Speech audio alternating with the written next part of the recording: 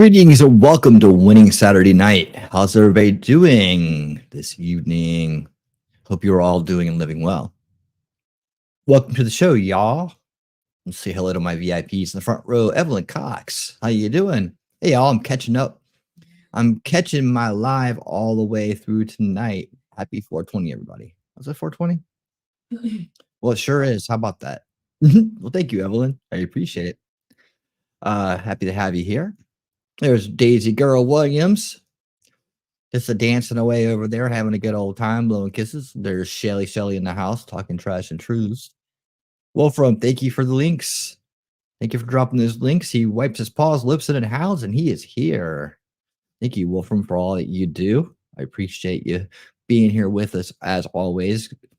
T-Rex trucking and more. Good evening, everyone. Good evening, T-Rex. Where are you trucking to this evening? We need to know where you are and what you're doing, so make sure you tell us. All right.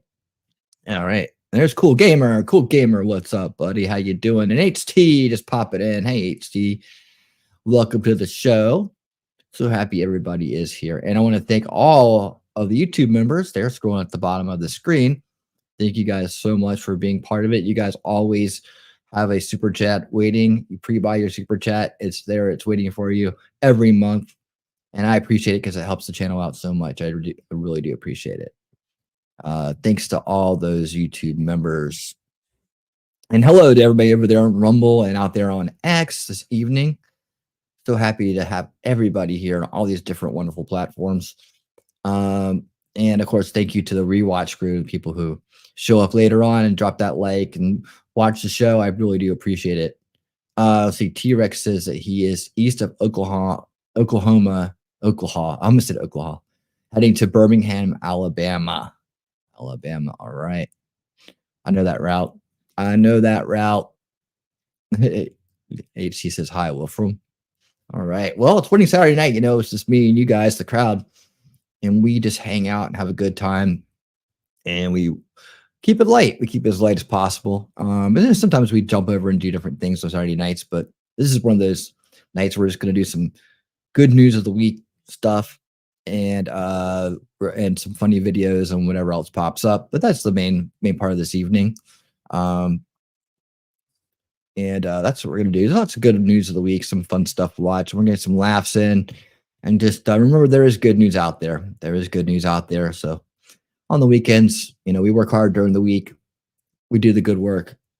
We dive in. We dedicate our time to learning more and becoming more well-rounded and understanding the world. So then we just take it easy on the weekends. Of course, tomorrow night we have Old School Watch Party Sundays with Talking Trash and Truth and myself. I'm not sure what we're doing yet, but evidently, and I totally forgot about this, evidently it's the 2-year anniversary of the channel in terms of producing content. So the about probably says it's been here longer, but what this is about actually putting out videos, you know, I think it's the videos when I started putting out videos as Winning Reality. That is the anniversary. So I don't plan on doing anything but just doing the regular show tomorrow night, but it'll be our 1-year or 2-year anniversary as well. I did a 1-year anniversary show last year, which is now privated just because I didn't have a good time. I tried to. I just was off that night. So it was real quiet. And then there was a bunch of people on there that I don't associate with anymore. So I decided to just private it and maybe not throw as many annual celebrations of my channel being active and producing content. And I think after that, I was like, well, you know, the first one's okay, but you know, I'm gonna keep doing it every year. You know, I don't know. It just didn't seem appealing to me. But anyways, how are you guys doing out there? I got the low latency on tonight, so I can respond to your comments as fast as possible. So keep that chat rolling. Ask me anything. So we can talk about anything, whatever you guys want. I want to know how you guys are doing out there. I see Thomas Anderson in the house. Hey, Thomas, how you doing? Welcome to the show. Happy that you're here. We're going to be getting into the good news of the week here very shortly, just kind of warming it up for the crowd and all. So happy that everybody is here watching and hanging out with us this evening. Lots going on, but you chose to be here, and that means a lot. It really does. It really does. Let's see how we doing over there on the Rumble side. Hey guys, over there, a little quiet this evening, but it'll pick up. For some reason, Rumble is like it loves the weekend. It loves the Rumble loves the old school watch party Sundays, and it loves the Unrig the game shows. Still trying to ramp up the popularity of Unveiling Reality, and actually one of the Unveiling Realities did really good over there recently, and that was the one on Bohemian Grove. That was a good one. It was the complete guide to Bohemian Grove. You'll get everything you need out of that one. But yeah, on the weekly, it tends to not winning Saturday night and Unveiling Reality still need a little bit of work on Rumble. So we're trying to work up the popularity of that. The shows over there, and hopefully over time they'll all be ranking like old school and Unrig the Game are doing over there. Hello. Let's see. We got Lady Autumn Sky in the house, and there it is. Can't chat but listening. Well, hey man, we know you're there. So thank you so much. Thank you for being here. Mary Waltz. How you doing? Hi from Panhandle of Texas. All right. Welcome, Mary. Awesome. Awesome. So nice to meet you, and happy that you're here. Kaiwan Calendar, my friend from the X universe. Yeah, you should have come this week to social on Saturday. We talked to them, the lender and socialist today on social. Oh, cool. Right on. Yeah, I see that. That stuff over there. I did follow, so I'll pop in one day and we'll see. I did used to go to her streams a while back, but she likes to do things her way. I'll give her that. But yeah, all good, all good. Thank you for that. All right. Everybody saying hi, get settled. All right. That's good stuff. Well, I got a bunch of good news for us this week. And I got a bunch of funny videos for us this week. So we're ready to kick those off at any moment here. If you guys don't have anything you want to talk about up front, we can go ahead and get into those. And we'll kind of just walk through them. Let's see. Okay. Let's do this. Here we go. Okay, guys.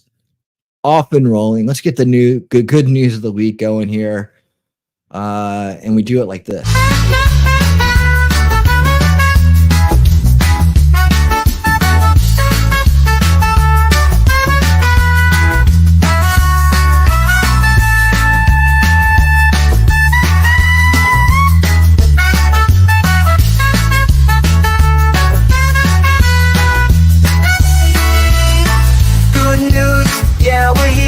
Spread the word, bringing joy and love to each and every nerve. Positive vibes, that's what we're all about. We're gonna lift you up when you're feeling down. Every day we're gonna make it bright. Good news coming your way.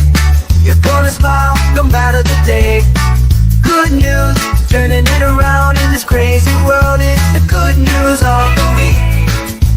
Oh. All right, good news of the week is here. I haven't seen that one in a while. What you got here, Colin? V Radio, is the radio make a new video yet? I haven't seen him. You know what? It's funny you mentioned V Radio. I was just talking about him right before the show. I was just saying I haven't heard from V in a while, and I hope he's doing all right. Yeah. He's got a lot going on in his personal life. I just hope that everything is going his way and improving. He's a great guy and good friend, and I really hope that I really do think about him and hope the best for him, because I know he's fighting an uphill battle, but he's fighting, and so I hope that he overcomes whatever he needs to overcome, and he gets back as soon as possible, because the world needs V Radio. V Radio is a great guy. So yeah, I guess maybe that if we keep talking about him, maybe he'll show up. Maybe he'll he'll appear. That's usually the way it works, right? Funny how that works. Funny how that works. Okay. Kicking off the good news of the week. I don't know if you guys have heard about this or not. You remember John Cougar Mellencamp? Guy's music was like just like everywhere in the, I guess, 80s. Was it the 80s, late 80s? Or no, this is the 80s, definitely. Little pink houses and all that stuff. Seemed like an all-American guy. Seemed like he was, real patriotic or whatever. And, Americana and all that. Jack and Diane, that's right. Yeah, there's a little ditty about that. He was born in a small town. Yeah, supposedly recommending, representing rural America and just the average American. He did do that song. Yeah, he did do that. Jack and Diane. Yep, little ditty. It's a little ditty. Well, yeah, quite an eventful week. I guess this is recent, but let's check in and see what happened to John Cougar Mellencamp. Right here, we're gonna bring in all right, whose video is this? Oh, it's Salty Cracker. Here we go. Anyway, before I was so rudely interrupted,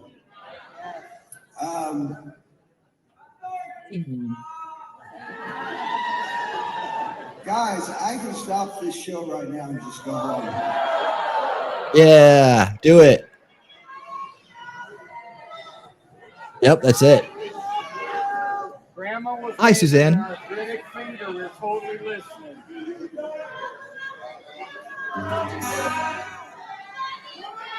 Tell you what I'm going to do. Since you've been so wonderful, I'm going to cut about 10 songs out of the show. Here we go. A little ditty. Got Jack Diane. Tonight is good in the house. Show's over. You just ain't feeling it, are you? There's John Cougar Mellencamp, boys. John Roundhead Mellencamp, something like this. I'm not quite sure, but he's definitely a puss, and he's all upset because, hey, you listen to me. I'm rich.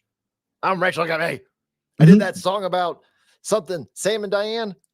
Cheers. Something like that. Cheers, Sam and Diane. You better listen to me as I lecture you on politics and tell a stupid fucking story about my grandma mocking Jesus. And if you got a problem with that, then I want to get off stage. Go get the fuck off stage, asshole. Get the fuck out. Nobody showed up to a John Cougar Mellencamp. Probably tells that story every day. We're sick of it. To be lectured to. If they want to be lectured to, they'd go watch fucking Sesame Street and have Dr. Elmo try to force an experimental injection up their butthole. But anyhow. Yeah, that's the one dude, the boss man, one of my mentors, right? He always said, dude, as soon as you, as a musician or a band, or as soon as you inject politics in it, you lost half your audience. It's like the kiss of death for musicians to get involved in politics. It really is. I mean, it's easy to do because you have this platform, and I mean, whatever side you're on, it's either you think that you're doing something right, but the truth of the matter is you just gotta make it about the music, man. You gotta make it about the music. Don't inject divisive topics into your show, and you won't lose half your audience. You're out of business. This guy look, he walked off. He left the show. He cut 10 songs from the show and he walked out. That's it. He's going out of business. He's going out of business. One, the people who hired him to be there they're not going to want to have him back, and if they can't trust that he's going to get through a show, right? He'll be going to smaller venues if he even keeps playing. But he looks like he's pretty much over it. I mean, he doesn't need to play. If you don't love playing the music, you don't love the crowd playing for, then you're pretty much about to hang it up. I can tell you that right now.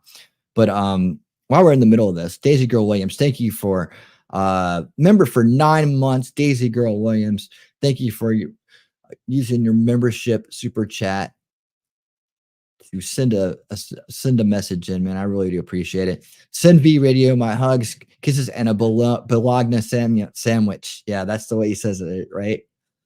Yep. He's still waiting for that sandwich there, Daisy Girl. Maybe he needs a sandwich right now. That's what he needs. But right on. Thank you so much for that. Thanks so much for the member chat there. I do appreciate that. Thank you for supporting the channel with 9 months membership. Awesome. See, also when you get on a stage like that, you are lecturing because there's no way to have a back and forth with the crowd. Yeah, exactly. Something very important for discussion, what people actually want. Yeah, exactly. I think everybody has a celebrity these days got to calm down to this Democrat way of living, or they are all still stigmatized. Yeah, or they're just ignorant to the fact. One thing about musicians is that no matter how big or whatever they are, they still live in a bubble. And it's like you live in your music world bubble, and especially if you're touring. You're on the road. You're not doing the daily house routine. You're in and out. Your schedule is up late at night, up in the afternoon, driving, a lot of traveling. You're dealing with your business. You're dealing with your song. You're dealing with your craft, right? So you can get into that bubble, right? You can get into that bubble. So I mean, to think that they have as much insight or more than the average person is a little bit of a trick we play on ourselves, because it's a little bit of a trick we play on ourselves because they're not living the same kind of life we are. That's the one thing I tell you from actually having lived that life.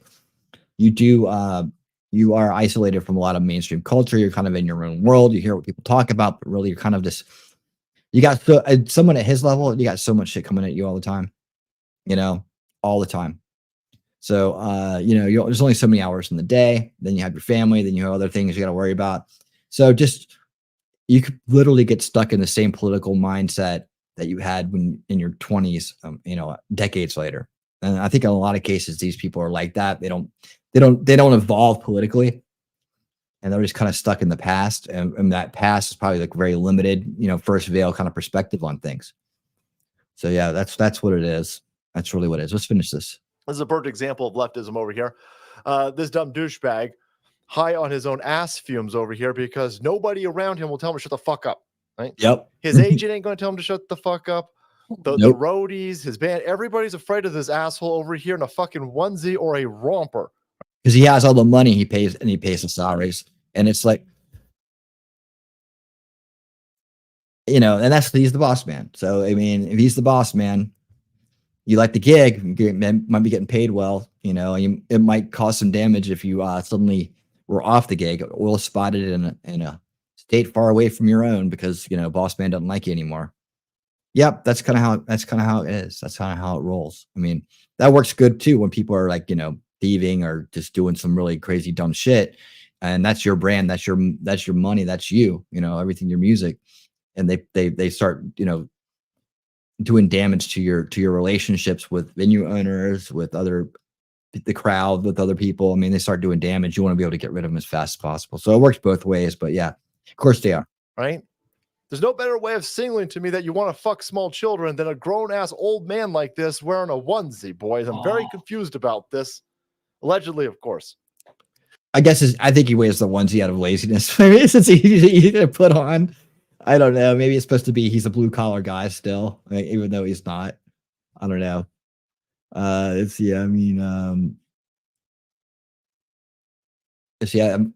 sure if he's having someone walk through with a mic to have their responses and his comments and questions, yeah, they wouldn't do that. They're not going to do that. That's just too much trouble. It's too much trouble.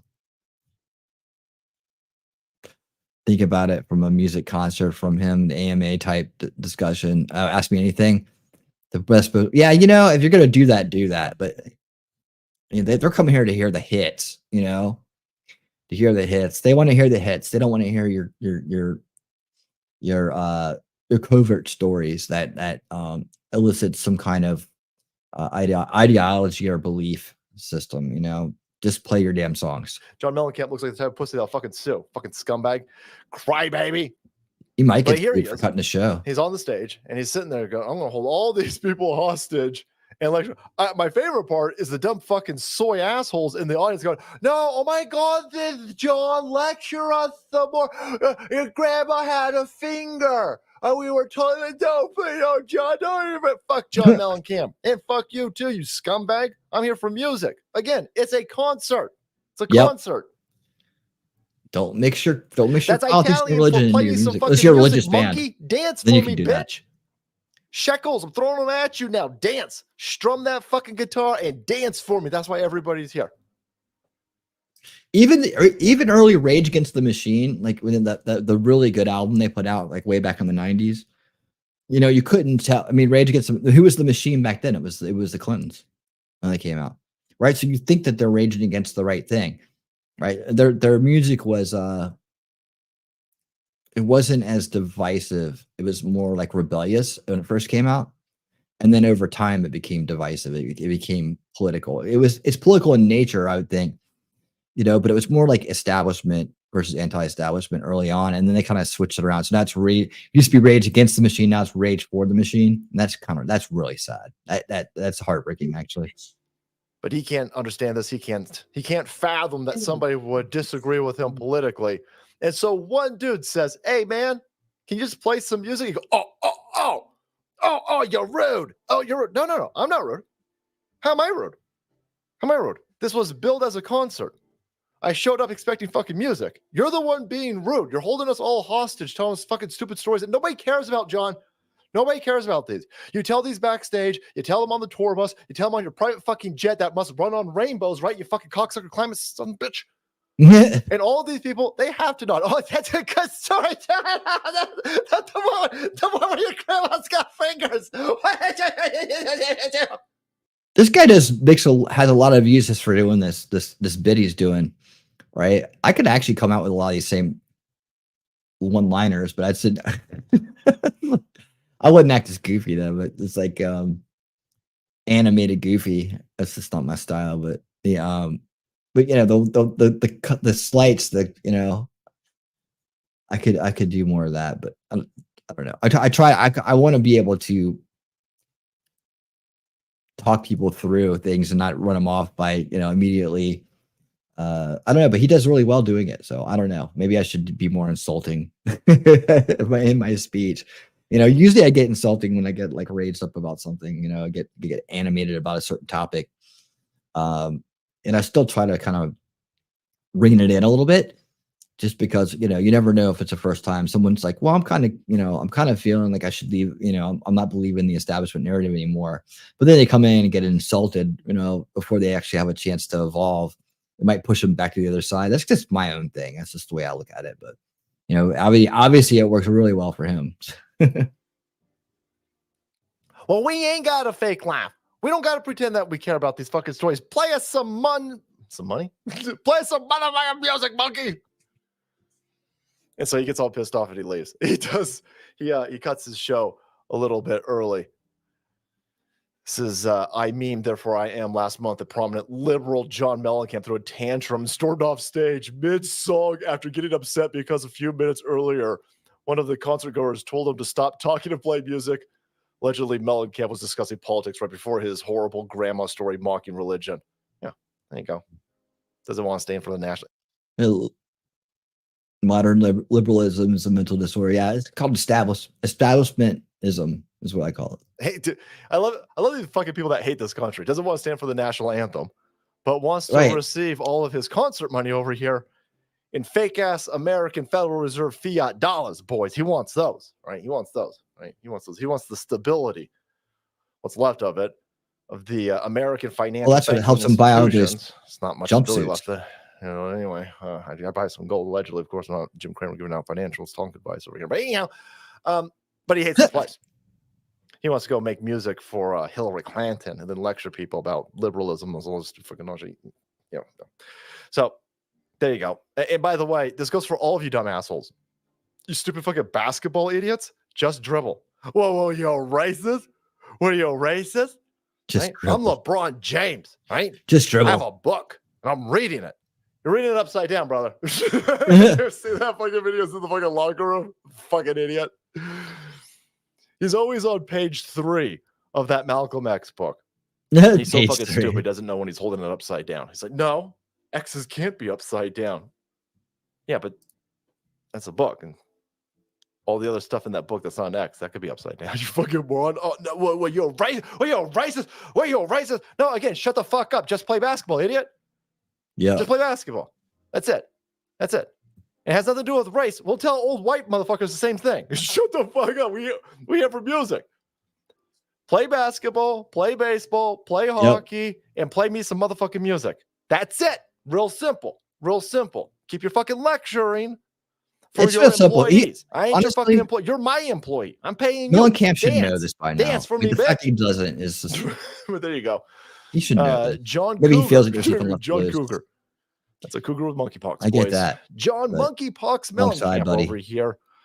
Monkey He wants you to know when you buy tickets for his concert, it's not actually a music extravaganza. It's a lecturing. It's a soy-induced liberal TED talk. If you got a problem with it, he'll cry like a bitch. Here's a song about Sam Diet. Fuck, I give up. All right. There's a son of a bitch. Thanks for that, dude. So there you go.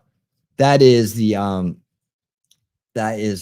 kicking us off tonight. I guess John Cougar establishment camp is getting his. Well, he should know better. It was really stupid for him to do that. Really dumb. Really dumb. All right, guys, on to the next story. What you got? What you got, Thomas?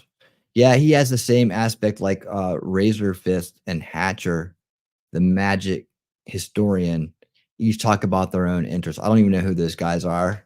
I don't know who Razor Fist and Hatcher are. Hey, Mimsy, how you doing? How you doing? Isn't Cherry Bomb? Isn't that Joan Jett?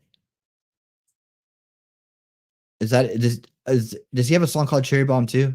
You shouldn't be stealing those names. The song title is from Joan Jett because she's much better. She much better. Yeah. She has Shame. I loved his music. I love his music. Happens more and more lately. Yeah, I know. It is a crying shame, dude.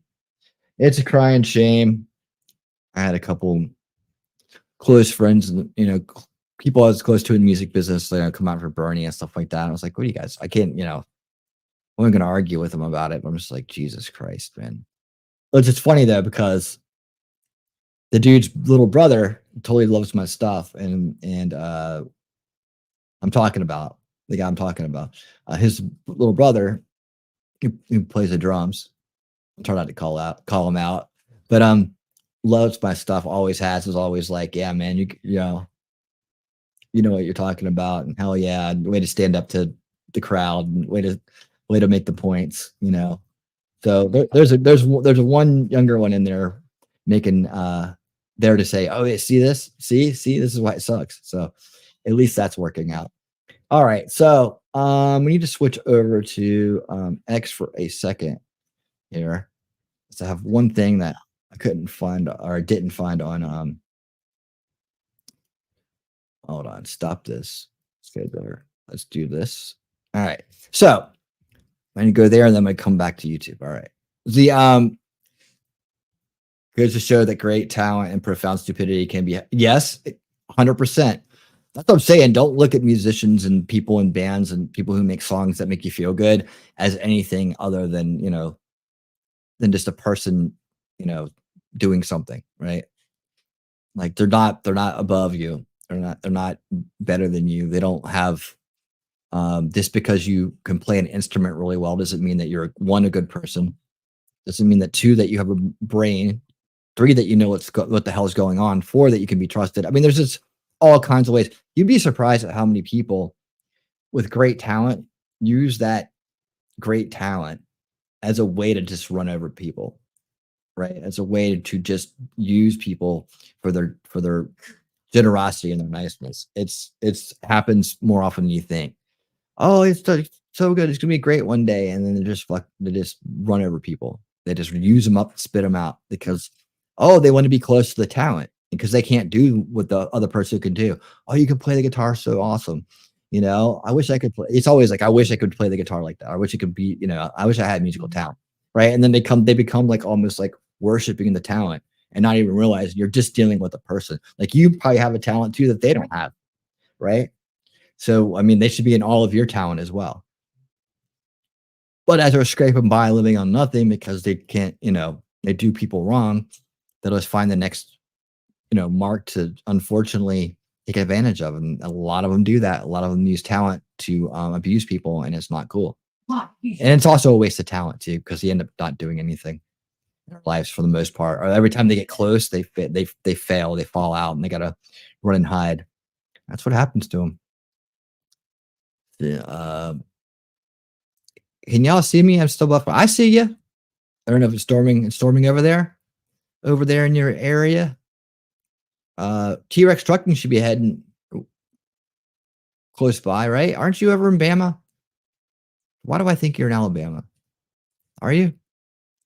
Yeah, get T-Rex. T-Rex, go by and check on Daisy. All right. We need you to do that. Go check on Daisy. Team Mimsy can see you.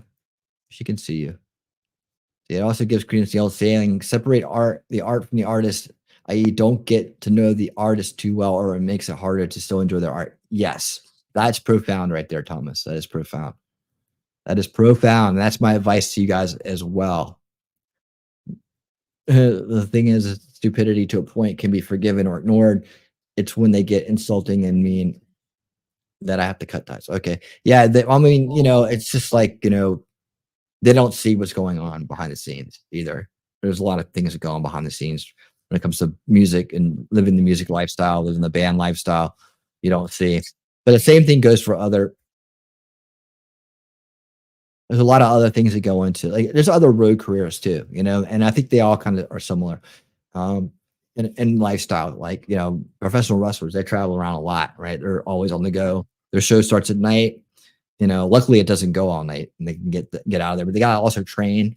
They got families at home. They got to eat right. They got to move from one place to another. They got to keep themselves from getting hurt. They got to know their scripts. They got to know their promos. I mean, there's just like every song you're going to play, right? So you got to play a concert that night. The whole band is the brand, the wrestling brand, right? They got to put on a show for you, right? Can you imagine if they stopped in the middle of their bits, their acts, and started lecturing you about politics and religion? Everybody would get up and leave. They're like, that's not why we're here. We're here to get away from those things, not to be trapped in and forced to listen to someone's often narrow point of view. All right, let's move on to the next one here. This good news, in case you didn't know, the general election is on. It's Trump versus Biden 2. And they're out there doing their PR spots, and they're doing this and that. Well, Trump's been kind of breaking the narrative in a sense that he's able to pop into places and receive warm welcomes from people. And Biden tries to do the same and just doesn't live up to it. So let's take a look at this real quick, and then I'll show you even more about it. So this is Joe Biden trying to, in case you didn't hear, Trump went into Chick-fil-A and just had a very warm welcome here in Atlanta. So Joe Biden's going to try to do the same thing that Trump did. Let's see how well it went for him, and then I'll show you exactly how it went for Trump. This is for you, sir. All right, and this is a tip for you. I know it's all the thing. Thank you so much. The milkshakes, we have refreshers. We also how about a milkshake, black and white? A black and white milkshake. We could perfectly make that for you, sir. So if you would actually like to, right over there. Black and white milkshake? You mean vanilla and chocolate? What is he talking about? Is that cookies and cream? I don't know what he means by that. Does anybody know? Where it says order here, you can order it to your specification again. That includes whipped cream and other toppings. He's in a Wawa here in Pennsylvania, obviously. He's in a Wawa. And look at what you got. He got his handler right there. Got his handler next to him. And his security over here, security over here, security over here. Where are the people at? All right. Thank you. Thank you so much. Where did he get a big box of stuff? I'm going to pick up a few pounds here. And don't forget, we also included drinks for you as well, just to enjoy. We can take that one. I could. You take that box. Yeah. I'm going to go order a milkshake. Yeah. Hey. They like each other, right? I think that's very nice. Have a good time. Nice to see you. Thank you very much. So we'll order 30 milkshakes. We'll give them out to the people, and we'll take some for ourselves. Okay? Good. Thank you very much, everybody. Hello. This has got a great American franchise, Chick-fil-A. It is. It's a great franchise. The owner is a great man who is a member of one of my clubs, and he's fantastic. And yeah, they do very well. They're closed on Sunday. The Lord's Chicken. That's the Lord's Chicken. You're right. It's good chicken too. Thank you very much. Thank you. Oh man. Yeah, in terms of fast food, like Chick-fil-A is the everybody. top. Get ready for a milkshake. You got plenty of it. All right. You got plenty of good looking guys. This is an original from 2016. Oh, I love this guy. I like that guy. Do you have a pen for me? Give me a good pen. That is the original, huh? 2016, Cleveland. You've been there from the beginning. Absolutely. See? You knew what was happening. Absolutely. You got it. That's cool, man.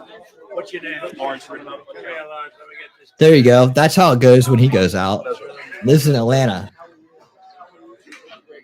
There he is. All right. I'm gonna hold that right there because I got more of that. Because it, this reaction, what was said in there, I think we need to watch that. Let's see. And let me go back to this screen. So yeah, Biden can't do what Trump does. He can't do it.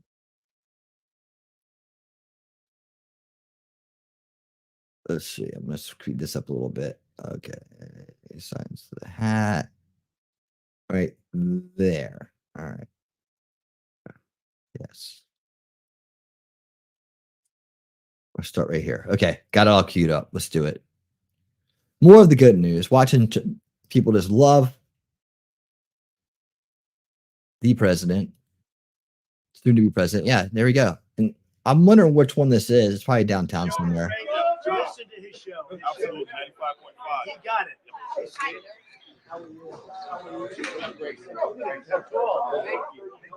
Nice to see you. Nice to see everybody. How you doing, Trump? I'm doing good. How you doing, Trump? Everybody having a good time? Oh, yeah. Can I get a head? Get ready. Yeah, I'd give you one. You have 1, 3. We got to vote for him. He's running for Congress.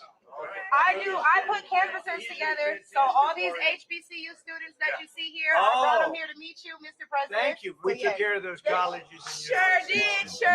Much better than Biden did. So I was this is Clark Atlanta. This is Spelman. This is Morehouse. This is Morris Spelman. Isn't that great?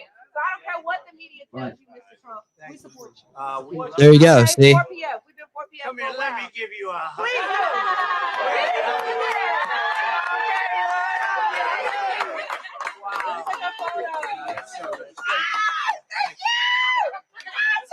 You see, what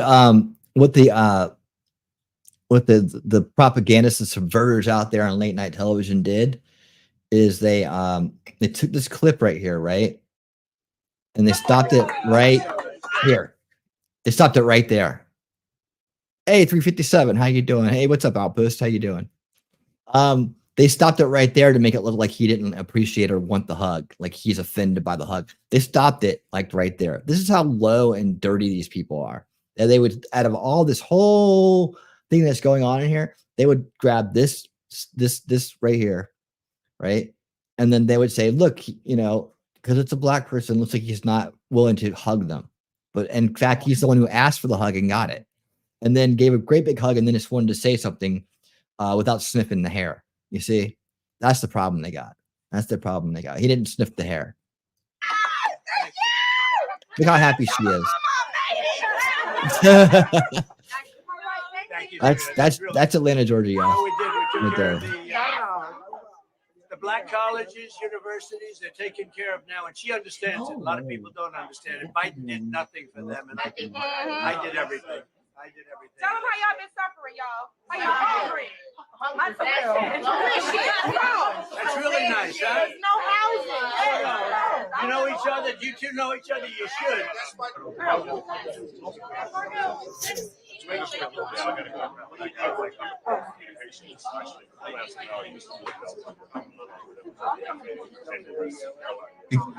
He listens, talks, he interacts.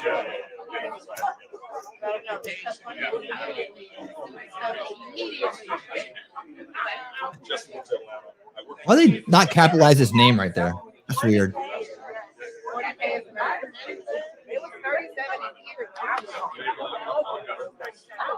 Look at that. Everybody's getting respect, getting milkshake. I love it.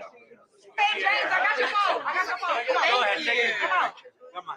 Oh yeah, you been to any? Yeah, they have to. They have to have the best. They have to.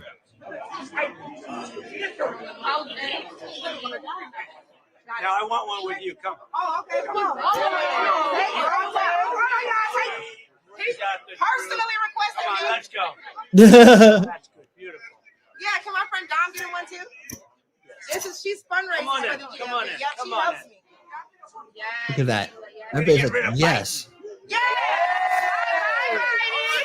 Bye bye, Sleepy Joe. The worst president in the history. Doesn't this make you feel good to see this? Horrible to the black community, whether you like it or not. Been that way The since a black senator. community band. And check out his record in the 1990s. Check out his record in the 1990s. You're economically what's for us. Yeah. Well, Do they know? Opportunity-wise, everything. Holistic. Best job numbers ever. The First Step Act. Let's talk about it. And the colleges and universities. Yep. She's got the Yep. whole thing down. Yeah. There you go. You take care of yourself. Honey, can I get one? Thank you, honey. Before you go. One picture. Let's go fast. Come.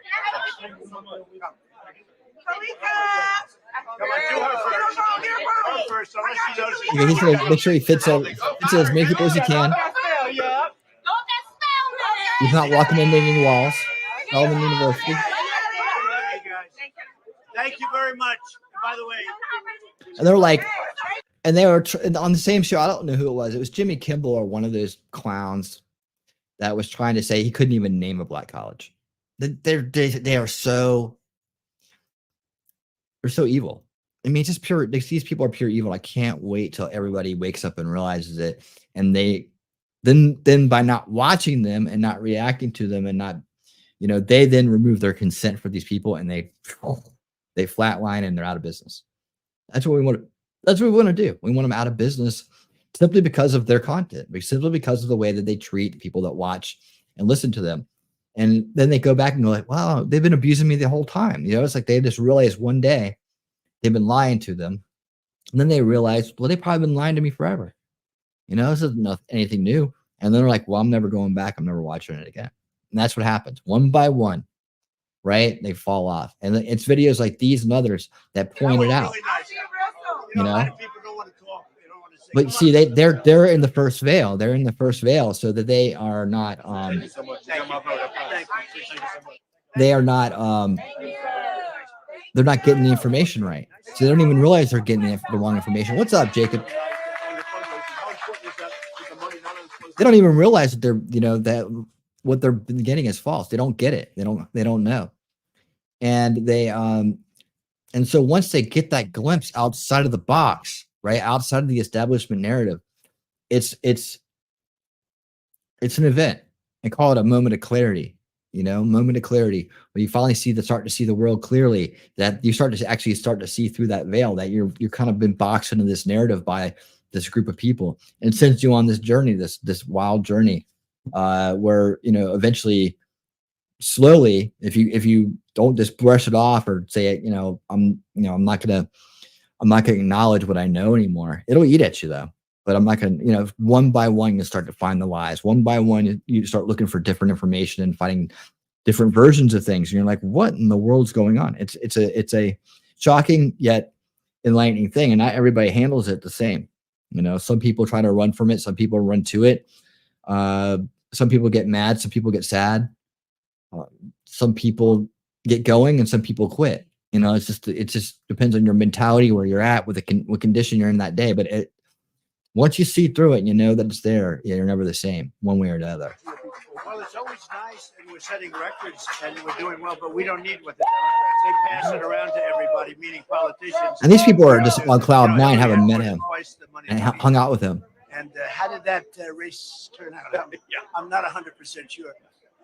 No, we don't need the same, but we could get as much. We're doing very well. We broke the all-time record the other night, 52 million. More importantly, we take in more than anybody with a small donation, $61 average. And that's never happened for a Republican before. We take in $61 average, and we take in a lot of money that way. And that to me is the most important money, because those people vote. They're not in Monte Carlo. They're not on a yacht. They're voting. and we love them. And this group of people that we just met is unbelievable. Yeah, that young lady was unbelievable. Yeah, for people that might not have heard, you did historical things for black colleges. I did. Touch on that. I funded them long term. They were going on a year-to-year basis, and they were always being chiseled and cut. And I got to know the heads of the black colleges and universities, and they came in, they saw me. And after 3 years, I said, how come you keep coming back? They said, they make us come back every year. I said, nope, no longer. And I gave them long-term Yep, exactly. long-term commitments from the government. They do Most people don't know this. job, I mean, a lot of people don't know this. But that young lady was so nice to bring that up because most people forget. Mhm. And I think it's nice to see you again. You okay? I'm okay. My name is Taisha Fernandez. I'm with the ABC affiliate here in Very Atlanta. good. That's not good, is it? It's great. Quick question. You answered some questions about abortion, but Oh, do you God. think a doctor should be punished who perform abortions? I'll let that be to the states. You know, everything we're doing now is states and states' rights. And what we wanted to do is get it back to the states because for 53 years it's been a fight. And now the states are handling it. And some have handled it very well, and the others will end up handling it very well. And those are the things that states are going to make a determination about. Okay? Why should the people of Atlanta vote for you? Because I've done more for the people of Atlanta than any other president by far. I've done more for the black community than any other president since Abraham Lincoln, and maybe including Abraham Lincoln, frankly, but since Abraham Lincoln. And it looks like our polling is very good in the state of Georgia overall. So we're very happy about It was last time too, the support. It's but been really something special. they had the game rigged. They had the game rigged. Thank you. Thank you, everybody. Make a lot of money. All right, we got a little bit of commentary at the end by oh yeah. Oh, this is Black Conservative. This is Bruh, you gotta love the fact that this man was at a Chick-fil-A without Black no Conservative card, 24. no teleprompter, nobody to tell him where to go or what to do. Just hanging out with people, having a good time. You let me know what you think about this in the comment section. Look at him, just being normal. I think it's God bless Donald Trump. God bless you and your family. Got you on the next one. Trump 2024. Yeah, man. Awesome. Awesome. All right, let's set it up here. Oh, look, check this out. What's going on here? What do we have? What is this? What is this? What is this?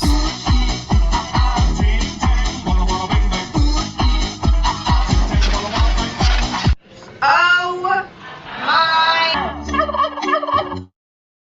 Thank you for the $10 super chat, talking trash and truths. And some people dedicate their lives to spreading the truth and waking people up. High stress, effort, low appreciation and reward. Yeah, that's true. That is true. But you got to do it. Once you hear the calling, you got to go with the calling. You know, once it comes, it's there. You know, it compels you. Maybe it's a survival instinct. Maybe it's something else, but it's something. It's the calling, and you just got to do it when you get it. When you get it, do it. All right. Jacob Castro. Dude, stop by your stream today, buddy. Anytime you want any help, you know, I don't know what's going on, but if you ever need any help with anything, just let me know. We'll get you rolling somehow, man. We'll get you rolling somehow. All right. Oh, by the way, we also need to do this.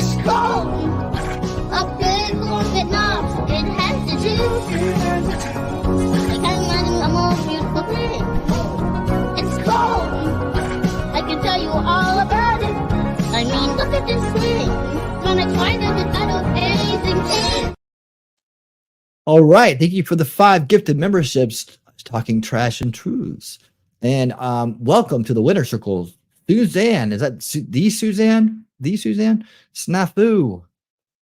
Heidi, Precious, Teddy O'Hearn, and Auntie H. All welcome to the winner circle. I hope you will enjoy being part of it. And hey, maybe decide to renew that membership after it expires in 30 days and become a permanent member. That'd be awesome. That'll get you on the scrolling banner here, the banner of honor. You'll be down there with everybody else and get thanked every show. I appreciate it. Shelly, for adding these new members to the winner circle, and I hope you guys will enjoy it and be part of it. Thank you. All right. So there we have it. Donald Trump also just to kind of show you, it's not just the Chick-fil-A. You know, he's going to places that many people wouldn't expect, you know, thinking he wouldn't, you know, be welcome there, or wouldn't do well there. So let's take a look at this, because not only did he go to downtown Atlanta and receive a warm welcome and support for the community there, he also went into Harlem. Are you trying to get crazy with this thing? Don't you know I'm loco? What's up, guys? Boy Benny. Just a classic Trump move, unlike anything we've ever seen. And who am I kidding? We've seen this a million times before, when Donald Trump takes a bad news cycle and then flips it around to his advantage. Donald Trump started the day off in this bull case in New York. This totally and completely fabricated case designed entirely by Democrats to get Trump and put him in jail for literally nothing in a Stalinist court, with the district attorney in New York saying he's going to put Trump in jail for 30 days for violating the gag order. So Donald Trump doesn't have the capacity for freedom of speech, and now they're going to take away his freedom to run for president and put him in prison. Here we go. Bragg files motion to hold Trump in contempt. Alleged gag order violations, threatens 30 days jail time. So see how Donald Trump started the day, okay? Warning that future violations will be punishable by 30 days of incarceration, all right? And how did Donald Trump end the day? Walking up to the cameras going, "We're going to a bodega." Going to a bodega. You know about that. Nice. What? Oh, okay. What exactly does it mean? We're going to a bodega. All right. So on its face value, what is a bodega? All right. So bodega is a teeny grocery store in New York.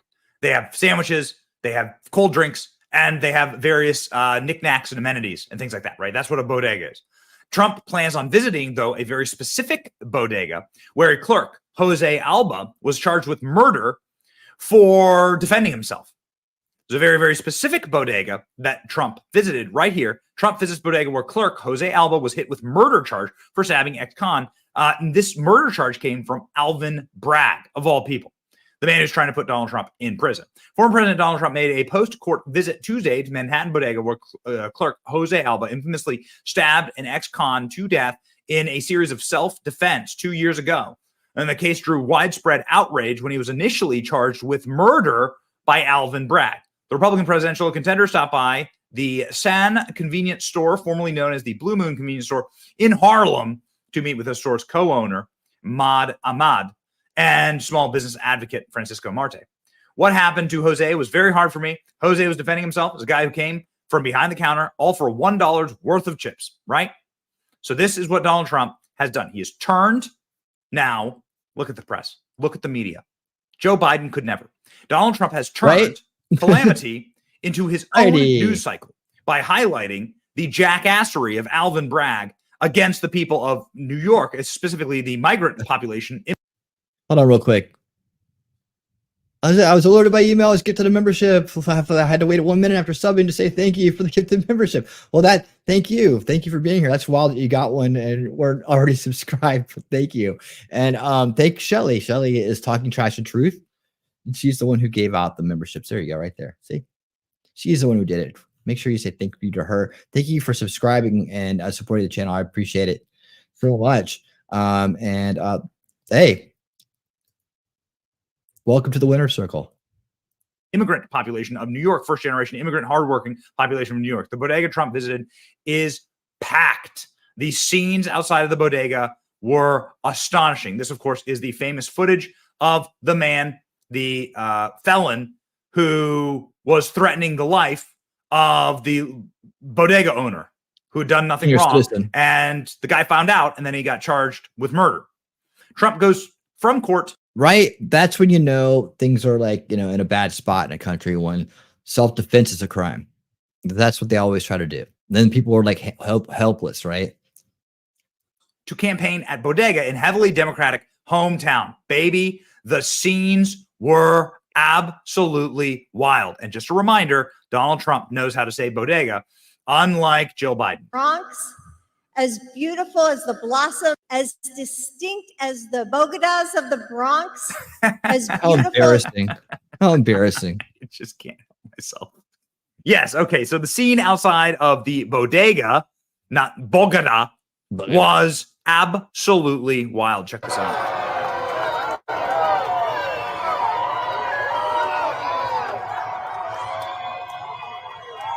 Look at that. That's New York City.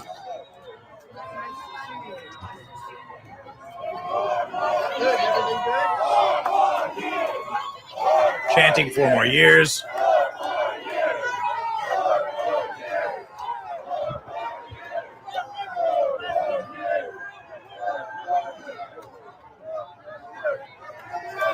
Signing autographs, saying hello to people. I will say one thing. This is it's awesome to see, but it's really making me nervous. You know, it's really making me nervous. I mean, I have to have a lot of faith that they have this area well locked down and that they have it well surveilled and they have the best possible people around him. But honestly, at this point in history, as much as I like to see this, as much as it is as awesome as it is, they are desperate. And I'm going to be talking about how they are showing their cards this week, upcoming. I won't get into it tonight, but they're actually really unveiling themselves as to their true intentions with him. And I'm not thrilled about these public appearances where it's just, you know, there's just so much that can be done from a distance. And, you know, it's just, how can these few people be able to, I'm guessing he has a vest on. I mean, but still, you know, they have a way of spinning people up. They have a way of creating patches. They have a way of doing all kinds of things that I don't feel comfortable, honestly, with him in these kind of crowds outside. If you can get him into a building really quickly, make sure that everybody in there is cool. You know, a little bit better. His own rallies, you got, you know, you're in a sea of supporters. So anybody tries to do anything crazy, they're gonna get jumped from every side. You know, that's the thing. So you're a lot safer in those areas. But this right here, as much as everybody's here, there, you know, there's some crazies just around the corner that don't, you know, are already brainwashed not to like them and have been completely programmed to attack. And I want to make sure this year goes off without a hitch. So I hope that these kind of slow down a little bit. I know that he's confident. I know that he wants. It's just, man, I just don't trust the bad guys. You know, like how can you? Judge Maddie, what's up, man? How you doing? How you doing? Cheering and meeting with people. We'll never see anything like it. We'll never see anything like it ever again. What did Donald Trump have to say to the media? Here we go. You're right. The whole world is watching this New York legal system. This is all election interference at the highest level. It all comes out of Washington because they're losing badly. You know they're losing very badly. You do know that. They're losing badly in the polls. And I think you're going to see some numbers coming out now even higher. People don't like the persecution. They don't like what's going on. They don't like these fake prosecutors. Deranged Jack Smith, the whole group of them. And I think you're going to see some big changes being made. What do you think of Speaker Johnson? And by the way, he's absolutely right. Donald Trump had a remarkable day in the polls today, where Donald Trump's up 5, 6, 7, and 8 points in national polls and is leading in all 7 swing states. So Trump telling the truth there, and the internet, of course, memeing the hell out of Trump. Yeah, get me 2 Swishers and a pack of Newport shorts. Donald Trump in the hood. This is very, very much the bodega, look. President Trump visits Harlem. The love here is strong. Donald Trump getting up with the 4 more years chance in the Harlem bodega. Donald Trump doing the fist pump.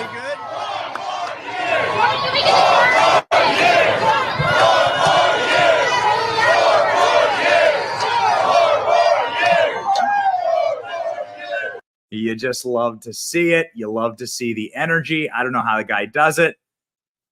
There you go. The classic fist pump. Remember, he spent 8 hours in court.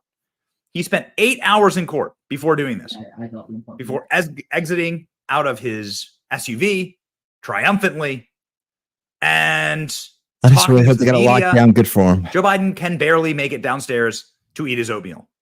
Donald Trump spending 8 hours in court, doing his chant, talking to the press, meeting with the bodega owners. Donald Trump speaking to the fake news, as they say. Just gotta love it. Oh, and the "We Love Trump" chants breaking out all across the neighborhood.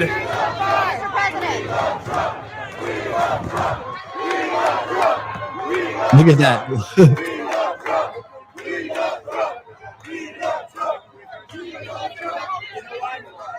You do love to see it.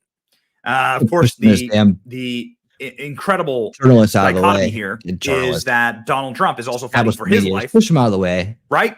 Nothing they Metaphorically, say, physically, want to know matters. politically. Push him out of the way. Against Alvin Bragg in New York, right exactly where another man, Jose Alba, was fighting for his life against Alvin Bragg for defending his life, actually, shockingly.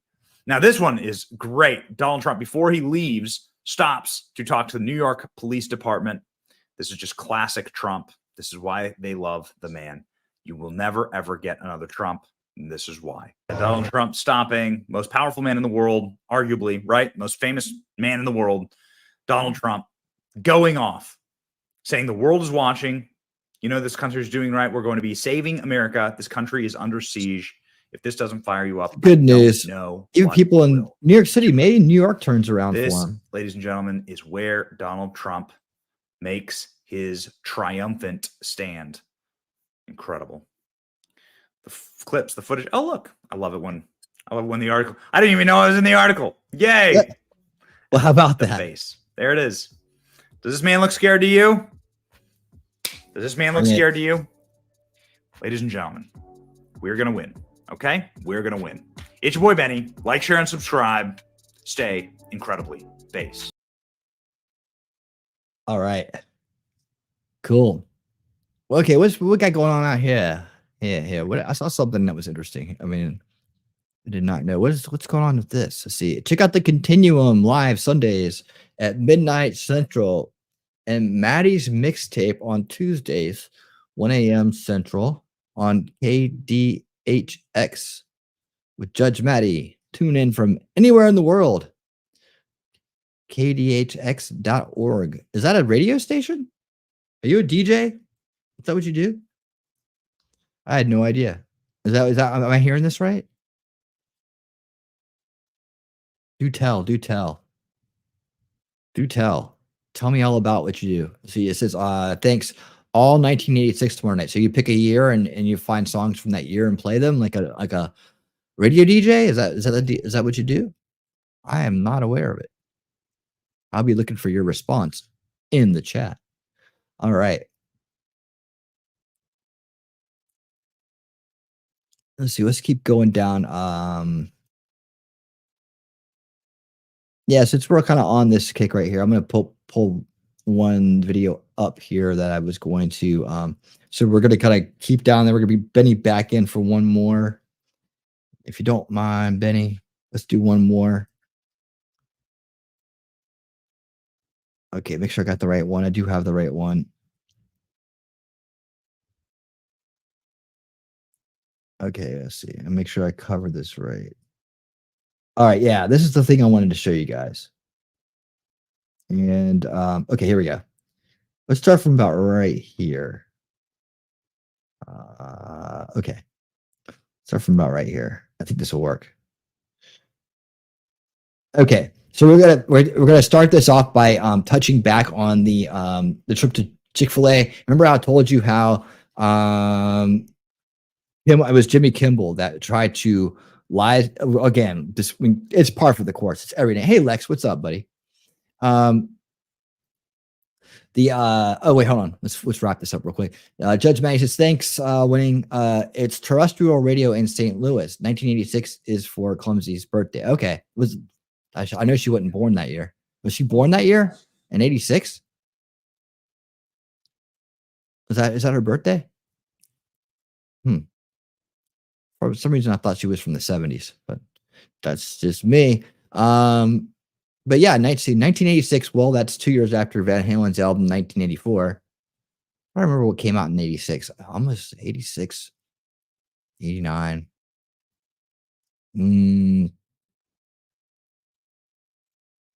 Justice for All? Maybe.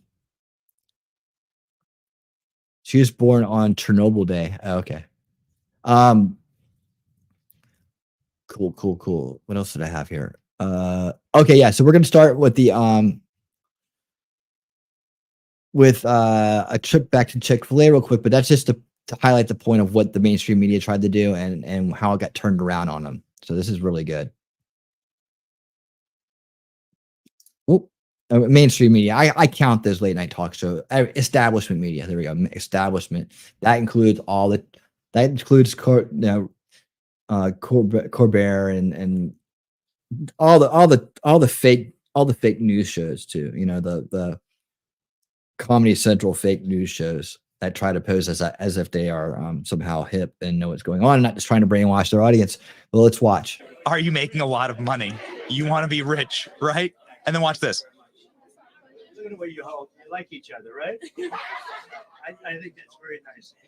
Yeah. So he makes these like beautiful women laugh and makes their day, right? They're working at a Chick-fil-A, okay? They're trying to make it. And one of the richest guys in the world, one of the most powerful men on earth, walks in, compliments your fashion, compliments your hair, compliments you, compliments what you're wearing, makes you laugh. That makes your day.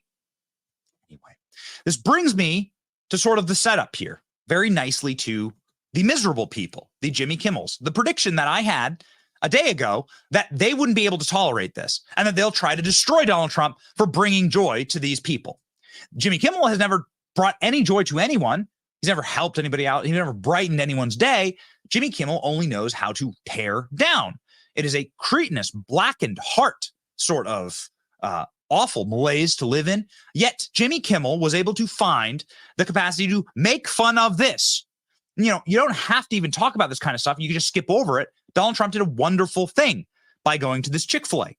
But Jimmy Kimmel couldn't stand it because people were happy and living happy lives. And so he needed to make fun of it and have a meltdown over it. Check this out. Trump today took a break from trying to derail his porn star hush money trial to make a surprise stop at a Chick-fil-A in Atlanta. He likes to go into fast food restaurants and buy everyone food like a big shot. He bought 30 milkshakes and some chicken and then started passing it around. And one young woman in attendance at the Chick-fil-A became an immediate fan.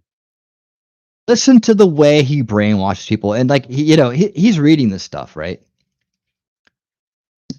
He's reading this stuff. Listen to the terminology. You guys are the sophisticated. Sorry, I cannot stand Kimmel and those who are educated beyond. Well, I don't even think he's educated, honestly, Heidi. I don't. I think he's just he's just an actor, puppet that gets up there and reads lines in a silly voice. Actually tried to pretend that he's cool when he's not. So we're gonna make fun of him right now.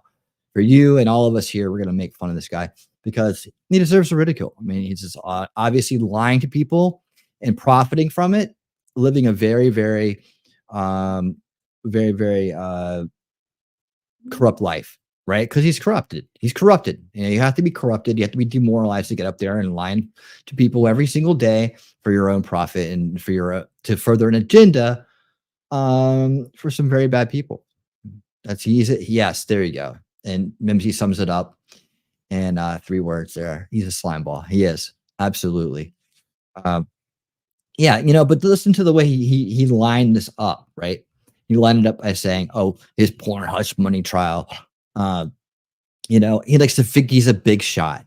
You see the hits here? He's not reporting on anything. He's doing a smear campaign. He's doing a smear campaign.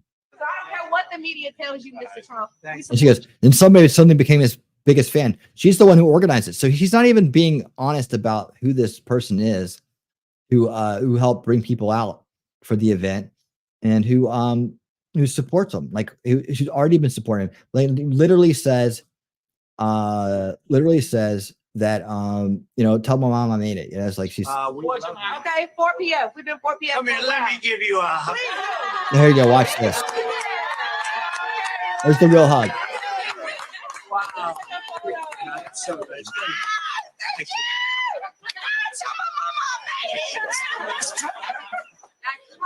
Thank you, sweetheart. That's really nice. No, we did. We took care of the black colleges, universities. They're taken care of now, and she understands it. A lot of people don't understand Watch it. this. Biden did nothing for them, and I did everything. I did everything. Just a former president muttering, I did everything to him. You see, here comes the ridicule. He's trying to ridicule him, right? Because he did.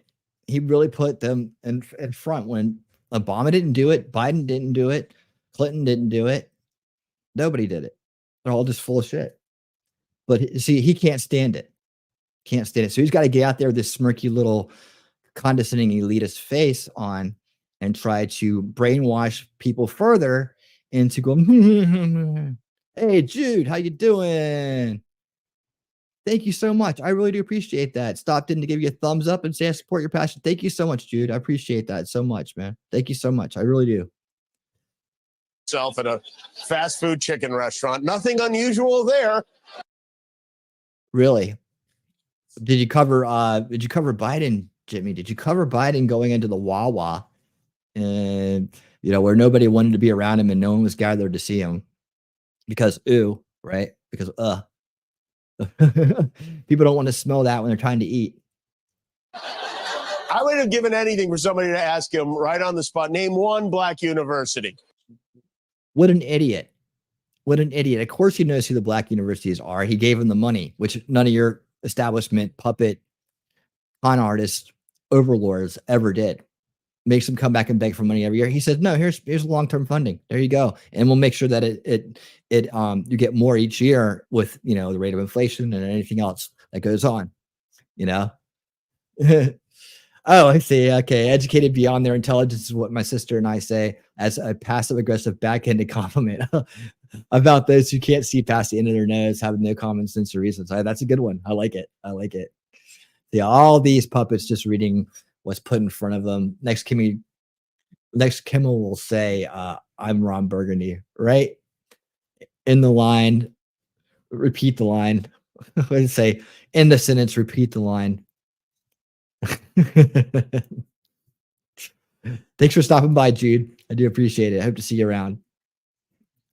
All right. Let's listen to the rest of this clown. Like literally, if you watch the whole of it, well, hey, let's say he did, but he knows he's actively lying to people because that's what he does. Right. So he's obviously not liking the fact that he has genuine support from all communities because, in his opinion, the establishment is the only way. And so he's establishment or death. And yeah, he'll get what's coming to him. Okay. And let's have a look at that. And they're all told to clap right there that's the optics, right? We all know how production works.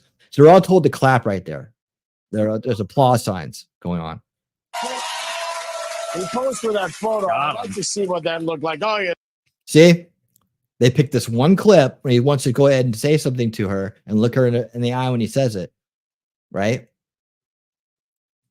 And they use this to try to cement that in as, oh, look, he's like, ugh. Well, you tell you know what he's not doing? Grabbing a child and sniffing its hair against its will. There you go. Look at that. Man of the people.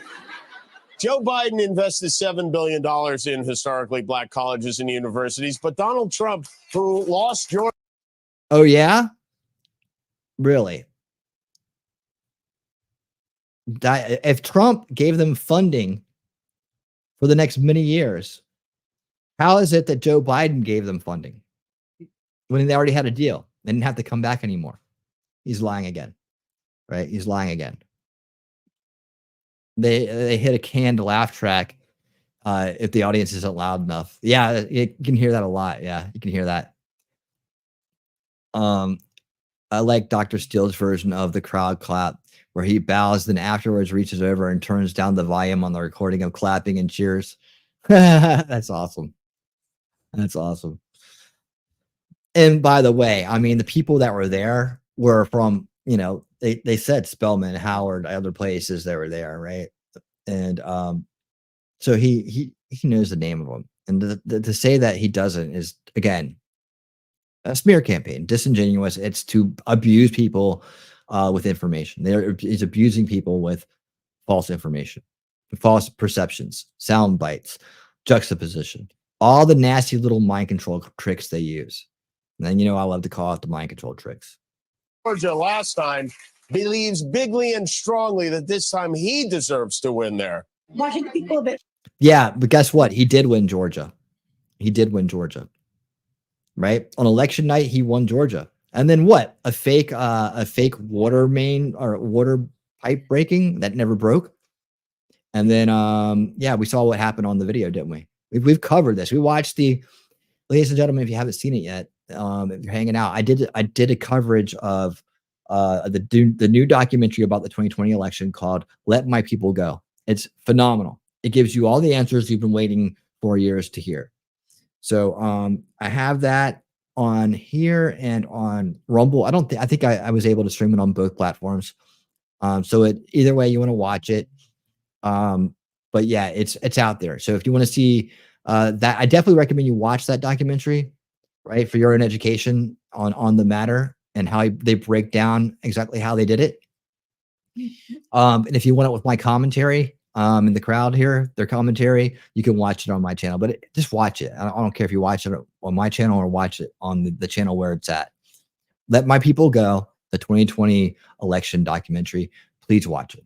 Atlanta, vote for you. Because I've done more for the people of Atlanta than any other president by far. I've done more for the Black community than any other president since Abraham Lincoln, and maybe including Abraham Lincoln, frankly, but since Abraham Lincoln. I don't who is this person? The fact that he's able to say the words, I've done more for the Black community than maybe Abraham Lincoln, and then not start laughing. You know what he's not doing? He's not lying to thousands and thousands of people like you are right now. That's what he's not doing. How do you sit up there with that stupid look on your face, right, and lie to so many people every night? I mean, how do you sleep at night? How can you even look? Can you look yourself in the eye? How do you do that? Huh? How do you do that, you fake ass motherfucker? Hysterically, it's incredible. He might as well be saying, I am a Black person. It would be. Oh, maybe he should say, if you don't vote for me, you aren't Black, like Joe Biden did. Maybe he should say that because you support that kind of language, right? Equally preposterous. You know what? Funny, Jimmy, is that I actually know that there's only one person in this little monologue that's tried to be a Black person. And what do I mean by that? Well, I'm talking about the very offensive, cancel-worthy tradition of Hollywood actors painting their faces black, their hands black, their feet black. Used to be called blackface. This person went full Black body and decided to make a joke about a Black man. And that person isn't Donald Trump. His name is Jimmy Kimmel. Sometime at night. Oh, wow. Hold on. Is that Karl Malone? Nope. That's actually pearly white Jimmy Kimmel in full Black face, Black arm, Black legs. You can see here. Man, he went all out. So Jimmy Kimmel making fun of Donald Trump wanting to be a Black person? Hey, pal, have you checked yourself? Sometime at night, Paul Malone look up in sky and say, what the hell going on up there? Do UFO live on other planet, phoning home like E.T.? Paul Malone read on TV about white people getting deducted by alien, sticking all kind of hell up their butt. And that's a damn thing. Now, Paul Malone never seen no flying saucer himself, but if he do, that's going to be a spooky time. That's why Karl Malone say government got to step up and give 102% to keeping them little green man off this here earth. Because the day them dudes stick something up Karl Malone, but that ain't going to be no good time for nobody, especially Karl Malone butt. Listen up, E.T. You better stay the hell back. Nanu. Until next time, this here Karl Malone. Okay, so far be it for me to sit here and say somebody needs to be canceled for something that's offensive, right? That's not what I do on this show. So the last thing I would do, I would typically argue in the reverse, actually, of that. I am anti-cancellation, and I'm anti-being offended by everything. It's Jimmy Kimmel who's making jokes about Donald Trump pretending to be black when Jimmy Kimmel pretended to be black. And by the way, this was an ongoing gag. He did this like dozens of times. So it just is, well, worth having a knowledge of the internet and how it works and people's histories. And boy, people don't forget, Jimmy. People don't forget. Pretty disingenuous. By the way, like, look at Donald Trump's not pretending to be anything. As somebody who's eaten fast food with Donald Trump, literally eaten McDonald's with Donald Trump, let me tell you what. Donald Trump ain't pretending to be anything. Donald Trump actually loves fast food, loves McDonald's. He ate it at the White House, right? Eats it on his plane. Look at the faces of these Chick-fil-A workers. These young ladies are not faking their smiles. You cannot fake this. They're happy that Donald Trump is coming into their Chick-fil-A and ordering chicken and milkshakes. Has anybody ever looked like this at Jimmy Kimmel?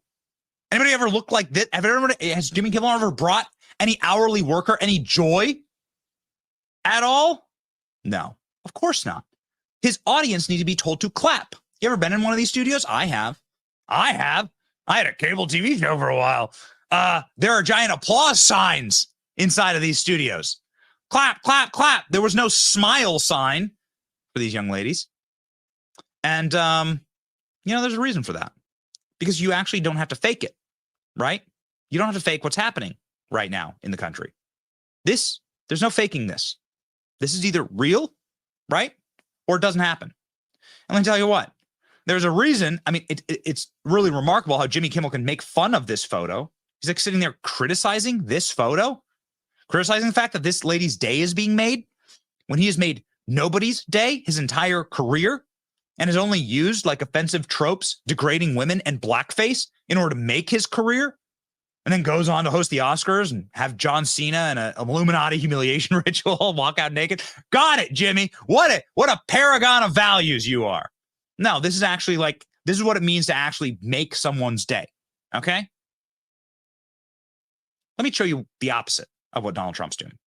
So the opposite of what Trump did would be to pander, would be to go and get fried chicken for a black family without caring about them, with no feeling, with no gut, with no emotion, with no real connection to anyone, and force them to sit and nod quietly while you mutter and stumble and sniff. Well, man, you got chicken fingers. You got the whole deal. I went the route of making sure I had the hamburger. So, Awkward. Oh man, you got chicken fingers. You got the whole deal. I went the route of making sure I got a hamburger, says Joe Biden. Just normal conversation. Probably what you say to your wife when you come home at night. I know that's what I say to my wife, right? You sit down at the dinner table. tell me about you guys. What you doing these days? Tell me about you guys. What you doing these days? Joe Biden's never met these people. Joe Biden doesn't know their names. That's why he's saying use guys, folks. So what is the this is the best they got. This is what they published. The dad has to actually instigate the conversation. Passion of sports. I'm playing AAU basketball right now. Are you really? Are you guard? Yes, sir. Now, what grade are you in? 7th grade. 7th grade. Right now, I'm just doing basketball, playing guard on the JV team for my school. How about in school? How y'all doing in school? You should tell the president about the school. Favorite thing about it is the business academy I'm in. We get to travel, so we've been to NC State, Wake Tech, and when you're kidding me. Yeah, you're kidding me. This is why Jimmy Kimmel's so angry at this. Yeah, this is why Jimmy Kimmel's so angry, because they got nothing, and they know they're losing because Donald Trump actually has the one thing that people want on the campaign trail: a human being who's authentic, who inspires hope and doesn't inspire depression. Bill Burr blasts Jimmy Kimmel. You idiot liberals are making Trump a martyr. He's coming back. Isn't that amazing? Said right to Jimmy Kimmel's face, you're the one who did this. Yeah, pretty amazing. I have it down about religion and people Really? Narcissists, sociopaths, all of this type of stuff. Like, you want to see a great case thing on like narcissism. Liberals are so stupid the way that they handle Trump. What do you mean? You should shut up. He's a narcissist. Neutral energy. Yeah. Neutral. You think he'd go away? You know what I think he was? I think he was a one-hit wonder. Right? He wrote The Twist, and then that was it. He was on the casino circuit, and then you idiot liberals wrote him Twist again when you indicted him. And now he's a martyr. And now he's coming back, Jimmy. Peppermint Twist is back. Coming back. Hold on real quick. Zach with the $5 super chat. Thank you so much, Zach. I really do appreciate it. Can't stay to saying howdy. Well, I wanted to say thank you while you were here. Thanks so much for the $5 super chat. I really do appreciate your support, Zach. And I hope you're doing well, buddy. I hope you're doing well. Thank you for coming by and hanging out and supporting. I really appreciate it. Oh, okay. You want the super chat? Okay, this here we go. This is for you.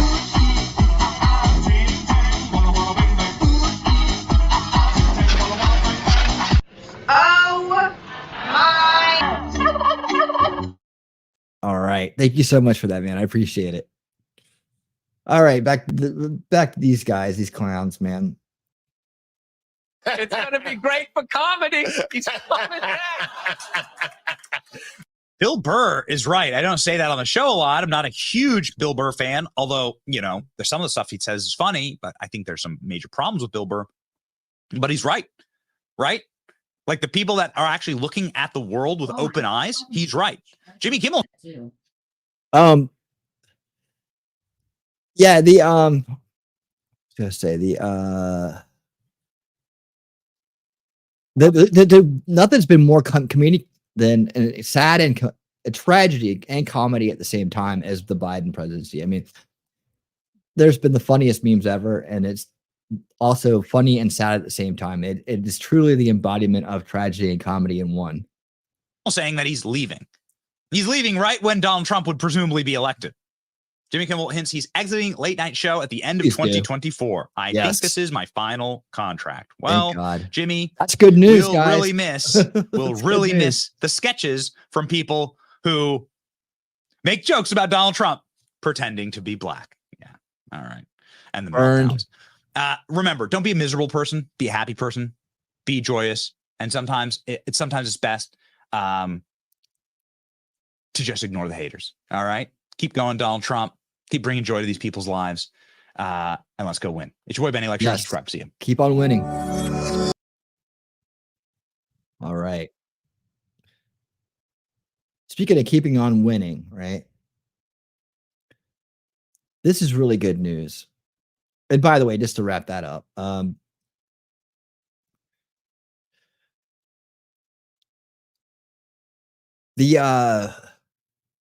these guys, man, who just lie to their audiences and who come out there and are just the most massive hypocrites. That's why we got to keep showing up, right? And keep exposing them and keep making them eat their words and showing the comparisons and so on. Because little by little, as long as it's out there, okay. If somebody's going to eventually see it, that is from the first veil, like from that, locked into the establishment narrative, they're going to see it and they're going to see the hypocrisy in it. And that'll cause that cognitive dissonance that will then hopefully inspire them to seek out a way to cure that. And when they try to cure that uncomfortable feeling they're getting by holding conflicting beliefs, that's when they end up trying to find the truth. Right. And that's when the truth finds them. And that's the cool part about it. But, that's why we got to keep the good news flowing and keep pointing out, stay positive and keep pointing out the hypocrisy, and it'll find the people that are ready. It'll find the people that are ready. All right. So and you know what? As they keep trying to unleash this culture war poison on their side, this skewed reality they want us all to accept, that some people are living on this wokeism stuff, right? We're always trying to go out and protect the children, right? And keep the harm away from them, because we know that they want to subvert generational warfare. They want to subvert the youngest generation always, so they grow up corrupted and injured from abuse and so on. That's like informational abuse, mental, physical, whatever, right? It all trickles down into that, and they want to make sure that they corrupt kids when they're young, so that when they grow up, they can be even more corruptible and perhaps, live a life of corruption like Jimmy Kimmel, right? So they want the next Jimmy Kimmel. And but you know what? Kids have a way of having generational power. We don't often give them credit for, but they do. And we have to just remember back to being young to recall that generational power, right? Where we could turn against what we were being force fed, right? Well, what are they being force fed these days? Wokeism, right? Well, students in Utah middle school are starting to try to reclaim their territory, right? They're trying to reclaim their culture, and they're trying to say, hey, look, we're sick of this what's going on in schools, so we're gonna protest and we're gonna walk out. Let's take a look at this. Mark Dice, bring you on in for this. Middle school kids revolt against the next phase of wokeness. Middle school students in Utah have had enough with their fellow classmates identifying as animals and acting like animals and dressing up as animals, or furries, really, to be more specific, when they come to school. And so they had a protest the other day, and it's making national headlines. And it wasn't just a few students, it was a lot of them. Get a load of this. We the people, not the animals. Somebody was telling me that the furries were attacking you guys in class. Is that right? Doesn't the guy talking right now doesn't he sound like Jimmy Kimmel? Isn't that weird? They bite kids. They bite people. They will bite ankles. How do they bite your ankle? Why would they? They walk on all fours, run down the hall. They scratch people. Your shoes and then bite you. So the liberal media and school officials are doing damage control, claiming that this is all just fake news and that there is no evidence of furries in the Nebo school district. Yeah, Heidi, you got that right. Let's see, you got my mic on. Yes, okay, good. Simply put, it's a type of grooming. Yeah, we talk about it all the time here, man. We speak out against it. The mind control, it's abuse. It's abuse, flat out. It's abuse, and it's meant to harm and corrupt the youngest generation so that they grow up in a state of mind where they've been limited from reaching their full potential. They've been boxed into a narrative. They've suffered from informational abuse, emotional abuse, gender confusion. They're pushing all this on them. They're not teaching them the real skills they need. Like we talk about here, we talk about how we need to get the trivium back into school so they can see through these fallacies, right? And we need to get real history back into schools so they understand the true struggle throughout mankind to end things like slavery, and how there's no color associated with it. It's not about color. It's about property, people being on its property, and the world rejecting it. Like Thomas Sowell in his history, how he teaches it. I used to have a show called Repairing History that I went through all the Thomas Sowell stuff and talked about that. I got a playlist out there for all those episodes. I walked all the way through all this. And then I had an additional series called Repairing History Together, and have two different versions of that, where one was with a guy named Gary, and another was just myself at the end of that series. So, and then we said together was us, me and the crowd, all of us together, repairing history. Because we say get that history back in there so that people grow up not believing that, it was all, white against black or something like that, the way they have it all skewed now. We need to clean it out and redo it so that the youngest generation, we're actually helping them become more healthy people and protecting them from harm, and not just doing the opposite, which is what is going on right now. So yeah, completely agreed. And thank you for that.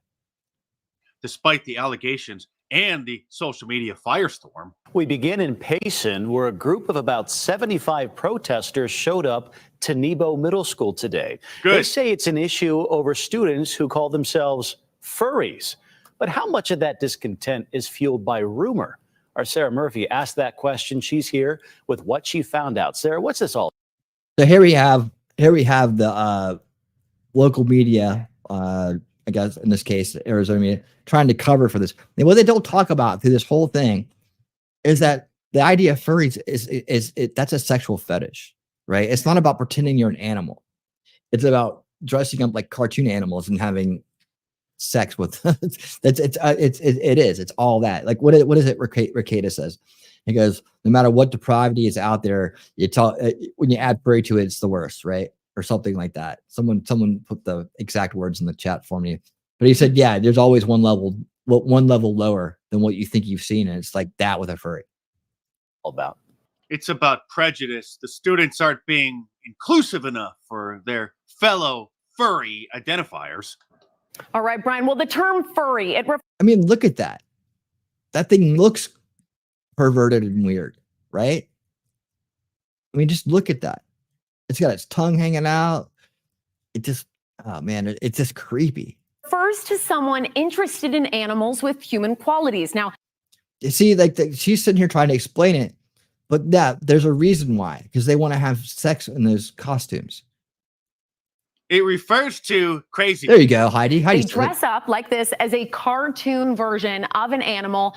Now, we've learned there have been reports at Nebo Middle School that students are getting mistreated over this topic. There's School isn't the place for a costume party. a lot of speculation surrounding the protest that at all those happened at kids, Nebo though. Middle School Wednesday morning. Nearly 75 students and Those parents kids. showed up facing the school, saying they're unhappy with how administration is handling reports of harassment. Here's one of them now. You guys cannot record me without my permission! This is video. Emotionally unstable. Look at that. A Nebo Middle School student took last week. Parents You see the tail? say There's there's the tail. Did you see that? an issue between some students and others who called So other kids are just videotaping these weirdos to put them on TikTok and be like, hey, we got some furries at our school. And so the furries are getting upset. themselves furries, or people who enjoy dressing up as cartoonish animals. They totally are. They're totally misleading their audience right there too. That's not what it's about. It's not what it's about. It started as a sexual fetish, and that's exactly what it is. And it's grooming the kids into that mindset, right? And Heidi is right. It is a different form of bestiality. It really is. Yeah, it also shows how far gone mental health by the grooming being done at a young. Yeah, exactly. That's the point. That's the point. Is you get them when they get them when they're innocent, and they corrupt their way of thinking. They turn them against their parents. They turn them against morality, and they spin them off. And they use peer pressure. They use other things like that. All the things that mean something to kids when they're young. And you're growing up looking for an identity, looking for a place in the world. They abuse that part of their life, that innocence that kids have. Right? Instead of letting them develop naturally, and they're forcing the issue. They're co-opting. They're subverting their development. Right? And hey, all they ever need is unsupervised access, and they got that. Plus, they got governmental protection now, which is even worse, right? They got social protection, they got governmental protection, and they got unsupervised access to youngsters, and that's how they've been doing it. And until we get those things, those enablements taken away from them, they'll continue to do it. I had a video that I put out a long time ago about the solutions to that. It's a stopgap solution, but I think it does a couple of different things. And that video didn't get much traction, but it's way older.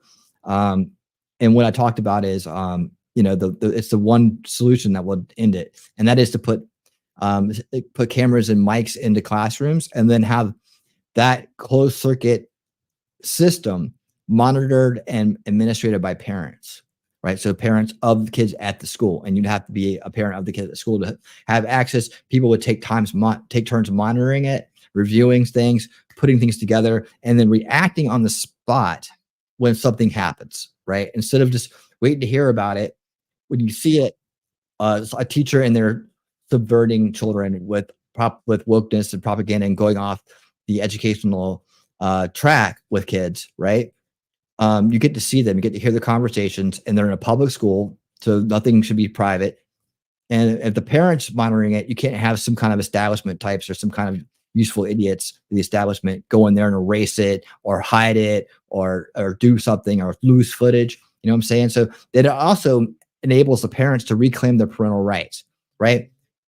These people in schools do not have the ability to take your parental rights away. Yet they're trying to do that at every turn.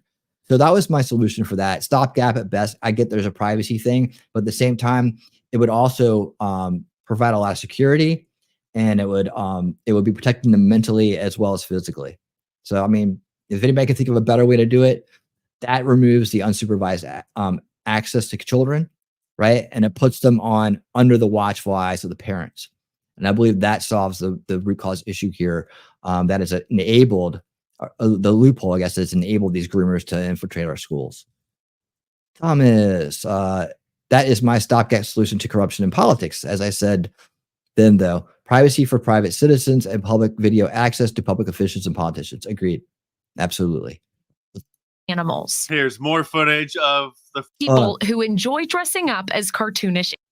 To have sex. I mean, lying people. Animals. Here's more footage of the furries. Okay. Now, you might say that they're just playing around, that they're just pranking other students, but they're not. I'm not sure if this is the same school or not, but here's Tyrone stumbling across one. Hey, Bart. Oh, hell no. Y'all niggas wildin' on my mama. This is school. This is supposed to be school education. I actually talked to my son about this. I was like, "Did you know this was going?" He goes, "Yeah, I knew this was." He didn't go to public schools and didn't go to these places where this shit's going on. He knew about it. He knew that the furries were in the school. He's like, "Yeah, it's disgusting."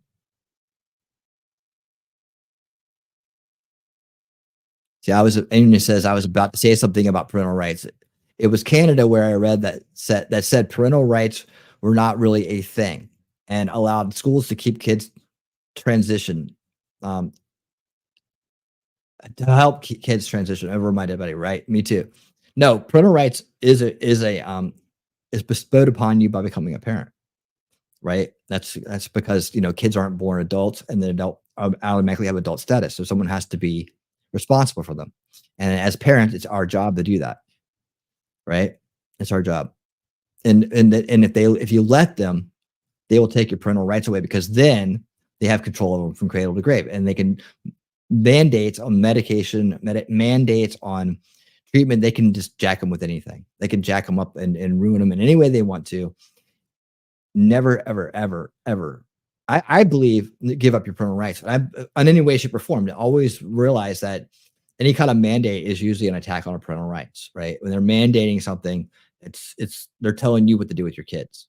Think about that, because if it applies to you, it's going to apply to them, right? Like mandatory jabs and things like that. We make it criminal if you don't do that, or you have your kids taken away if you don't. Right? That's violating your parental rights. That's what people that don't have kids or don't understand how it works or aren't thinking there's anything wrong with giving over those rights to government. They're the ones enabling it as well, right? They don't ever get it. Well, I don't want anybody to get me sick, so you better take what they say, right? Not realizing that when they do sign off on that, they just sign their children's health over to the government, and that's pathetic. It's unfortunate, but I don't think a lot of people realize when it happens, that's what they're doing. So that's why you got to talk about it with them. You realize this, it takes away your parental rights, right? Like no, it actually does. I mean, you can think about it. You can try to say not really, but no, it does. Like, they're going to tell you what to do, and then you're going to have to do it because you signed your parental rights away. That's why we always have to fight. Part of solution culture is taking back our parental rights and holding on to them and fighting. In fact, I believe that parental rights should be in the Bill of Rights, right? They should be listed in the Bill of Rights. It should be acknowledged that there are parental rights, and that government cannot interfere with the parental rights any more than they can your freedom of speech, your freedom to bear arms, and all those other things, your rights to these things. Do not make fun of it. What the f? Talking about do not make fun of this. What the f is this? Y'all niggas doing this in public? It's they don't. I mean, this is like something you see in a BDSM thing. What? You want a treat to it? I got you. Without a doubt, these are rainbow people. So now we should just refer to them as the LGBTQF community. Here's just more photos of kids at various What is schools that? dressing up as animals. Here's one showing off her tail collection, and there's a link in the YouTube video to the Etsy store where she bought them. Obviously, a rainbow person. More pictures of the furries inside the classroom. How this is allowed is a mystery. Another video of a student proudly wearing their tail in school. Now, I could see dressing up as a cartoon character for Halloween or at Comic-Con, or maybe even to a movie premiere or a sequel of a popular film series. Sometimes nerds do that. But this kind of attire at a school should be banned, and these kids should be put into mental institutions. And sadly, this is not just a few isolated instances. This is happening in schools across the country because the kids learn about it on TikTok. And so last year, a school in Florida voted to ban furry attire. I can't believe I have to say this out loud, but the furry dress attire, that The school dress code up for debate in Brevard County. According to Florida. some board members, some students are raising concerns about their classmates' attire.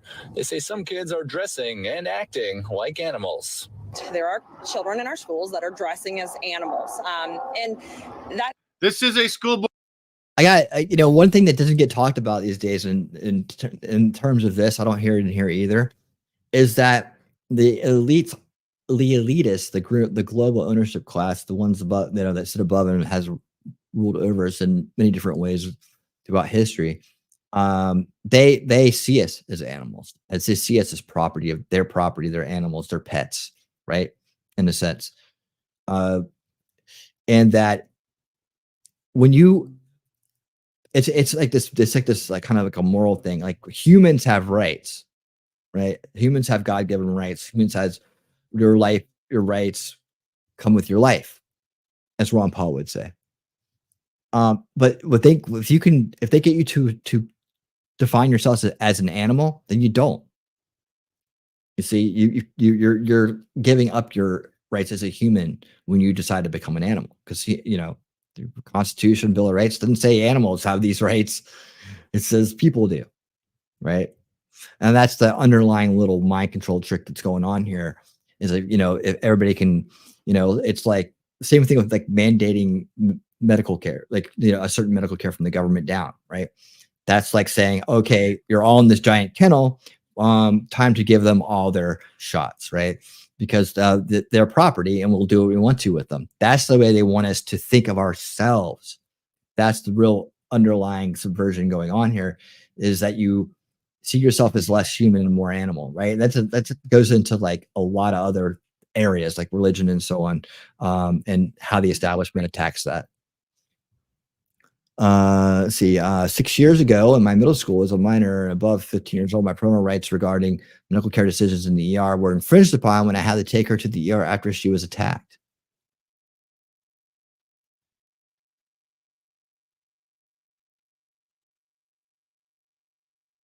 I guess I'm missing something here. See on regarding medical care decisions in the ER. What did they do? How did they do that? See, back when I was in junior high or high school, we couldn't wear attire, makeup, hairstyles that would distract you or other students from learning. I was made to take off black lipstick a few times. Not even that's distracting. It's like, don't come to school with a bunch of weird paraphernalia, right? Or some kind of weird outfit that's going to make people not focus on class. Right? You're there to learn. You're not there for a fashion show or to make a political statement or whatever. It's all the weirdos that have infiltrated the schools that have decided that. Kids are going to do whatever the process is once they get there. And if the process is, act freaky and be disruptive, and value the social aspect of school over the academic aspect of it, which is the reason why you're there, then that's what they're going to do. Right? If they're told to take it seriously and take what they do seriously, learning skills and traits for a lifetime of success as they move on in life, as they go into adulthood, they're going to do that. That's why people are opting out of public schools. That's why people are, putting themselves out to provide private education or homeschool education or online education for their kids these days. And it sucks because it really does kind of disrupt what we're used to understanding as childhood for people that are Gen X and up to a certain point here now. This right now, as parents, we're in a whole new world. And some people are still doing the same thing they've always known, right? And there's the kids that are kind of getting affected by all this stuff and having to deal with it, getting jumped 20-on-1 in some places, getting weird people in the bathrooms in other cases, getting weirdos broken people coming into the schools and doing awful things in other cases. All of this is symptomatic of the corruption and degradation that's happened. But this is good news. Again, we're in the good news. We're talking about this stuff starting to go away somewhat and kids pushing back about it. And that's what it counts. When it becomes hip and trendy for the kids to push back on it, it'll be a thing. Board member. Sounds innocent when you say it out loud, but there are things like dog leashes and collars and walking a child as though they're an animal and tails that are tripping hazards. Yeah, they're called furries. And it's the most, to be honest with you, it's an anomaly that I didn't have when I was in school, and I'm sure you didn't either. Correct. We were normal back in the 90s, and this kind of behavior was thankfully contained to the Jerry Springer show where it belongs. But there is a silver lining to this insanity, because this time it's not just parents showing up at school board meetings and sounding off about what's happening in the classroom. It's the students themselves. They had to follow the district policy. The district policy is no extra jewelry, no inappropriate things, and all the furries are doing that, but they don't care. They yell in people's face. They suspend kids that aren't doing anything wrong, but the furries get rewarded. Who's doing that? The principal, Mount Nebo Middle School? Yes, the principal and Mr. Mortensen. But it's happening everywhere. It's happening in the junior high. It's happening in the high school. It's not fair. Kids are getting bullied. What makes you say this is happening in the junior high and high school? Because my sisters are there. They're twins. They're there, and it happens all the time. So the furries are above the law. There's strict dress codes about no distracting clothing or jewelry, but because the furries now are part of the LGBTQF community, they are exempt from the rules. Remember this story from 8 years ago now about the girl who identified as a cat? And a lot of YouTubers covered this. It even made it onto Inside Edition, which is kind of such a sensationalistic infotainment show. But this was when the liberal pandemic started to spiral out of control. And it went from just a few isolated instances like this, some eccentric weirdos posting videos, to, as you heard those kids say, it's now all over the schools, the middle schools, the high schools. It's across the entire country. A woman in Norway believes she belongs to a different breed. She claims that she is a cat trapped in a human's body. I guess identifying as a gender non-binary person, they, them, is just far too common, too normal in today's society these days. And so now the crazies are identifying as furries. Thankfully, there are millions of kids across the country who are fed up with this because they instinctually know that the insanity that the left is trying to force upon them is insanity. And so you're seeing things like this happen. I posted this clip. This was actually recorded and posted originally by a teacher, one of those teachers. And I posted this on my locals page, but if you don't follow me over there, which you definitely should, click the link in the description below. Here it is in case you missed it. So I keep hanging these flags up, and then I come back, and someone's ripped the pole off or broken it in half. But look what someone wrote. I keep hanging these up. One, take a hint. Two, why is it your business to do marketing at school? It's not support, it's marketing. Right? We don't need to outwardly fly banners to show our support for things. It's ridiculous. It's marketing. It's sales, advertisement, and marketing. That's all it's doing. It's like, woo, what's that? Now you're going to ask about it. So it's awareness, right? First stage of the buyer's journey, right? It's awareness. What the frick does all these lines and circles and shapes mean anyways? This is the stupidest thing I've ever seen in my life, honestly. And nothing puts that feeling across more than what was written on his little flag, you know. And when I keep putting them up, they keep breaking them. Oh, God bless. I saw some interesting stuff back here. I want to get back to it before it goes too far.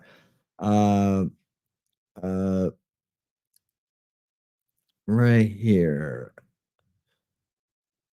Let's see. Oh, so naturally I shaved my head. Teenage girls are well, that's what's wrong with me times. Okay, so that was the end of your story there about the black lipstick. I got it. Okay.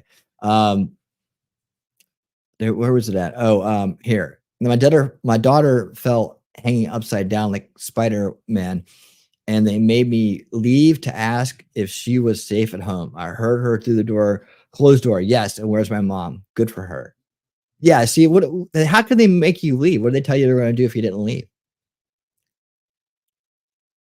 I'll be like, what are you talking about? Why are you trying to get alone with my kid? Heidi says, they made me leave the room, another one, so they could talk to my child about certain types of meds.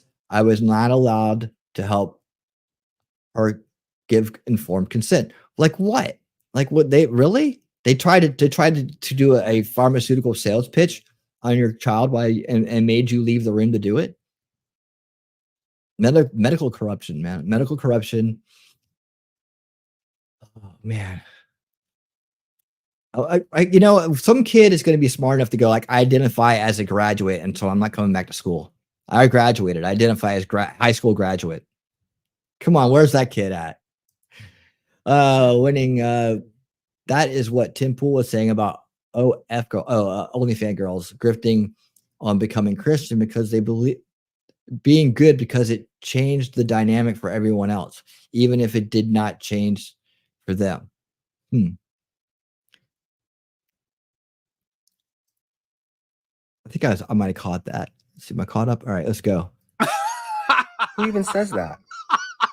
Well, sir, the kids who know that people like you shouldn't be anywhere around them, and you shouldn't be posting your symbols in public schools either. It's mine. It's not yours. I brought it. It's mine. It's not yours. You should leave it at home then. How about that? You should leave it at home. And then they nicely asked me to step outside, and I went to go, and my daughter is the one that said, why? I said, it's okay. They're just going to ask you questions, and they won't do any shots or anything. Tell you what, I'd be like, yeah, answer her. Tell her why. Tell her why right now I'm here. Because I knew that they were asking, because I have been asked the question myself. The nurse was nice, but by the law, they have to. Interesting. In here, I hung it up. Why don't you go cry about it to your fellow furries? And in order to indoctrinate the kids into their cult, the rainbow cringe alert teachers are playing propaganda pieces like this to elementary school kids. Hi, I'm Gulliver, and this is Emmett. Hey! Notice this is what elementary school. See, like I said, they started as young as possible. They start the indoctrination process. And this is all about corruption and corrupting the next generation. Because when you have a corrupted generation, you have a corrupted generation coming up, right? Mixed bag, right? A demoralized generation, right? They're easily controllable. They're subjectable. They're more likely to do things to self-harm in many different ways, either recreationally or even more severe, right? Physically. They're more likely to commit crimes, to have a less moralized view on society, therefore other people. They're more likely to lie. They're more likely to cheat. They're more likely to steal, right? They're more likely to act as a demoralized person would until they either snap out of it, or they're incarcerated, or they've ruined their lives. And then comes the helplessness, right? Then comes the dependency, right? This is where it all comes from. And it's so sad that these, that innocent little children are being programmed with this shit. And it's been happening for a long time in many different ways. This is the evolution of it we're seeing here. This is the, it's gone this far moment for everybody. This rainbow collar, of course. Hi, I'm Barry. Oh, hey! We are so excited you're here. We could use another dog. Wait for it. We could use another dog, he said. Nice collar. Oh, thank you. I like it. So, what do you want to do first? Find a true toy? Oh, chase our tail? Oh, I know. Let's sniff. No, actually, I like to play with yarn. He likes to knit. Yeah, it's What? fun. Yeah. He likes to Or knit. I like to clean my paws like this. Watch this now. You clean your Yeah, this is played to elementary school kids. Yeah. Or we could Yep. practice purring. As it is. Maybe the only solution. Either that or we got to take away access for And groomers to not we rip. could try to meow. See, by putting cameras and microphones in and having a parent team monitoring it and having an immediate response team available to situations, the groomers won't want to be there anymore. You see, they need to have the unsupervised access to be effective. They need to have the administrative and legal support in order to keep these things in there. When parents take back over, they're gonna run. They're gonna run. They're not going to want to do these jobs anymore because it's not going to help them fulfill their real goal, right? The real agenda will not be able to be done in schools any longer. They'll have to move into something else. They'll try to do something else then. And we'll follow them there and we'll expose them there and we'll run them off from there as well. So I don't know, if it's just that we need to abolish it. I mean, I'm all for abolishing the federal Department of Education anyways. I always have been. But I think more so, even no matter what we do, if we leave unsupervised access to, for weirdos and our kids, and we don't take immediate response to things, they're going to fester and get out of control. And we're going to go back to, our lives. And most people are going back to their lives and not, think about it or figure it's handled or someone else will do it for them. All the normal excuses, right? That's why we can't do that. We have to put in something that's going to be, one, make parents participate in a real way to see what's really going on in schools, to keep the information of the documentation of it safe from those who would do harm to it or those who would erase it and make it so that they can, further provide unsupervised access to the weirdos that they're working with, and to continue this agenda of identity confusion on children, right? And social engineering. That's really what it is. But like I said, cameras and mics, and then put it in the parents' hands. That solves the problem. It does eliminate the enablement, and these people will stop taking these jobs with children in schools. So I don't know, one way or another, we got to do something like that. Let's see. Yeah, it is a joke. It's definitely a joke. Let's see. Someone who used to work as an educator, Chili says, Department of Ed is a joke. Literally the worst people to decide curriculums, no educational acumen, just political and social strategies. Right. And I don't think that anybody that doesn't have a kid should be making decisions for kids, right? I mean, you're blessed with some information when you become a parent, right? You can suppose it before you do, but then when you actually live it, it's kind of like I said, it's like someone who no offense, but someone who doesn't have a kid trying to explain what it's like to be a parent is like a virgin trying to describe sex, right? All theory, no practice. Winning Carolyn Bushenko digs into hidden comment. Yep, I've seen all of them. I've seen a lot of them. I've seen a lot of that work. Right, she'll play the recordings. Yeah, I used to stop in and watch those all the time. Digs in the hidden commie meetings to find that the reason for the corruption of children is to create a problem that they can then offer the solution to Marxism. Well, that's actually called Hegelian dialectic, right? Problem, reaction, solution. So yeah, you create a problem, you create a problem, you create a crisis to then pose as the savior, and then that solution is just fulfilling your agenda. Yep. Things to talk about all the time here. Definitely part of it. But again, the overlying, what we talk about here is the third and fourth veil, right? And that the cycle of abuse, right? And this would be considered abuse, right? Is what empowers the cycle of control, which is the fourth veil, the global ownership class, right? And all the institutions and all the agendas and all the activism that they pump their money into, right, sustains their generational cycle of control by corrupting the youngest generation as they come up through different forms of abuse, informational abuse, traumatic abuse, the rampant rise of institutionalized psychiatry, big pharma, the rampant rise of narcissism, the epidemic on display that's all around us. These come from generational cycles of abuse, right? It just over and over again perpetuates a full new stock of corruptible and corrupted, demoralized participants in the society. And that keeps the division going, along with poor education and history. It keeps the division going. It keeps the tribalism going. It keeps all these things going that keep us from unifying and actually turning around and realizing who the bad guys have been the entire time. I talk about that on a lot of different ways on different shows. You came to Repairing History a lot, so you know how my take on it from that perspective, for sure. Oh no. Yep, now you get to be that way all the time. Because to blame corruption on kids and capitalism, thus giving them the opening to say we need Marxism and fixing. But yeah, I can hear you on that too.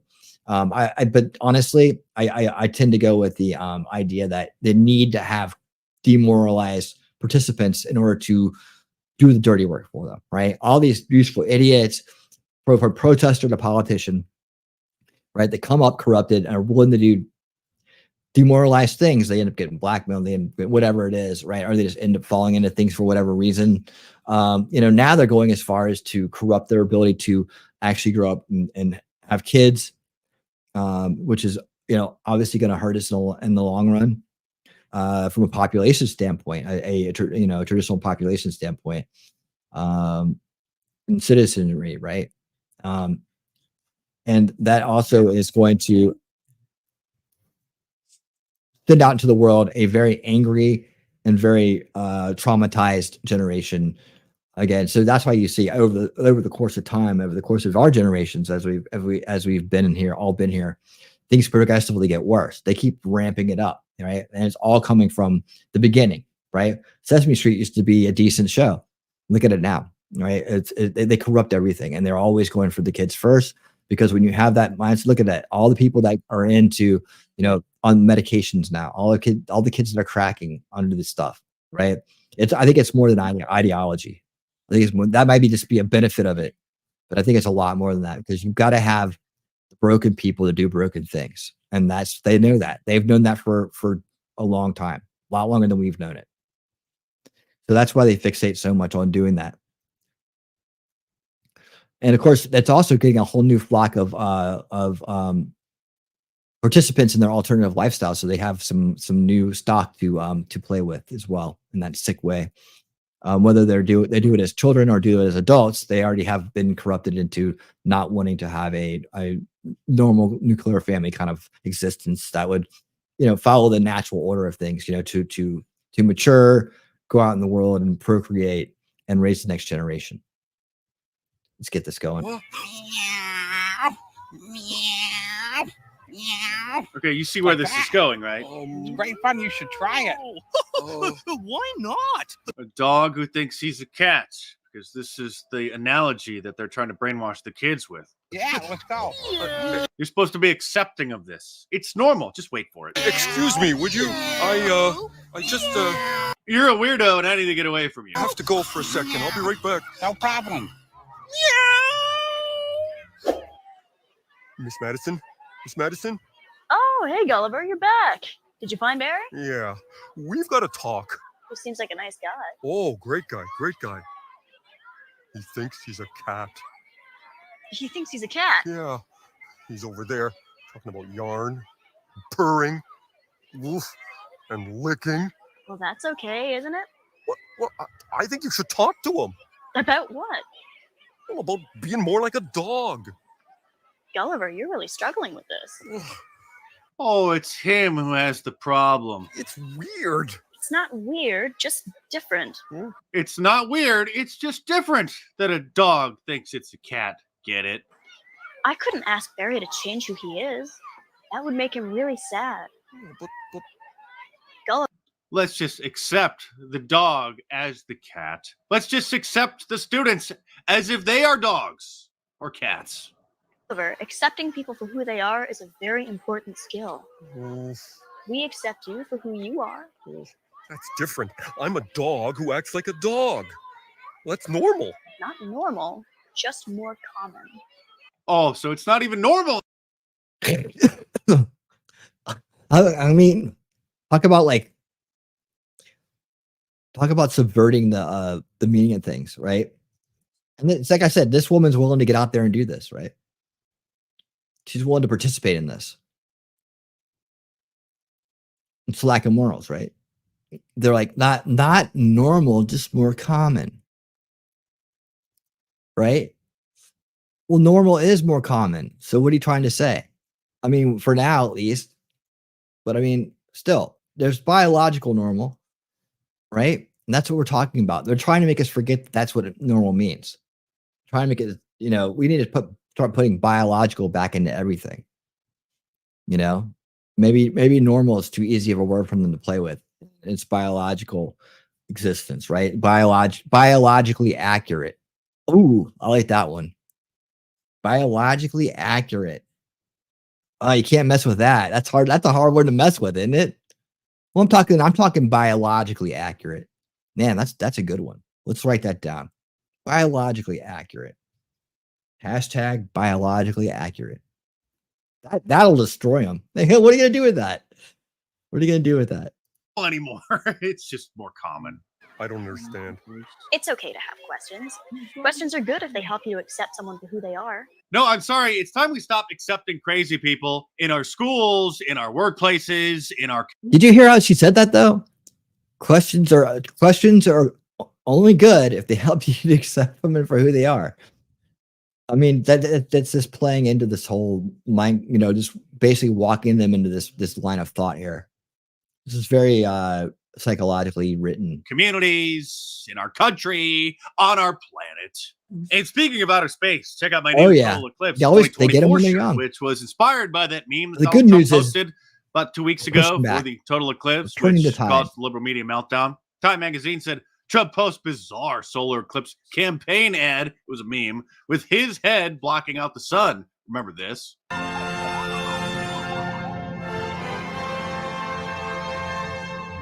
I never saw this one. So I made my own and put it on a shirt. You can Awesome. If you want that shirt, he has it over there on his website. You guys subscribe to Mark Dice. He's awesome, dude. All right. Cool. Let's get back to the chat here. Let's see. How far back do I need to go here?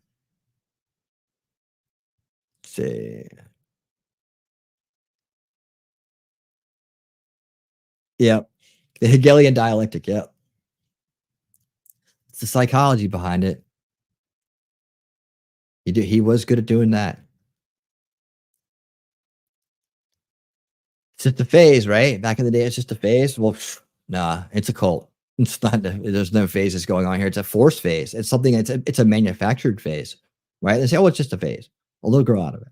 Yeah. Well, that's why they want to do the blockers and the no parental consent needed for surgeries and the government force. That's why they're interested in the government social force behind these things, right? Because maybe kids are going to, a lot of kids would grow out of it if they got caught up in the trend for some reason. Then they realize, oh, gross, I can't believe I actually thought that way. Or, it was believed that was cool. Right. But that's part of life. Like, things come up like that. And then you realize, oh, that was stupid. Why did I even think that was cool? Right. That's kind of like, that's the phasing of life right there. And as you mature and you start to realize that, and then it sucks, man. I just I think of kids as innocent and to have people trying to harm them, in these ways, these very sick and sadistic ways, ignites my dad power, makes me want to do something to stop it. So that's why, I show up. That's why I show up and put these shows on, talk about these topics, get to the root cause issues, provide a roadmap for solutions as best I can. And that's why I do it. That's what drives me, man. I remember, there's things that's the driving force behind everything I'm doing these days. Right. And so whether it be doing this show or what I do in my daily life to motivate myself through thick and thin, right? I got to remember why I'm doing things. I got to remember it's for him, and it's for kids, his generation, the generations to come, right? To stop this abuse, the systematic generational abuse cycle that's going on, to curtail it, to raise awareness about it, to get people talking about it, to understand it, and to know how to what solutions to recommend that'll help remove the enablement for them as we go along. More and more all the time, always adding to solution culture, right? All right, let me get the next story ready. Because we're getting to that point. We're going to be getting into funny videos here. I'm having a good time with the good news tonight. So probably a little bit more good news and a little tail end of the, we'll keep it a little bit short on the funny videos, but I haven't seen this one yet. I want to see this one. We got to get the Hodge twins in here. This might be really good. Let me see here. Recently,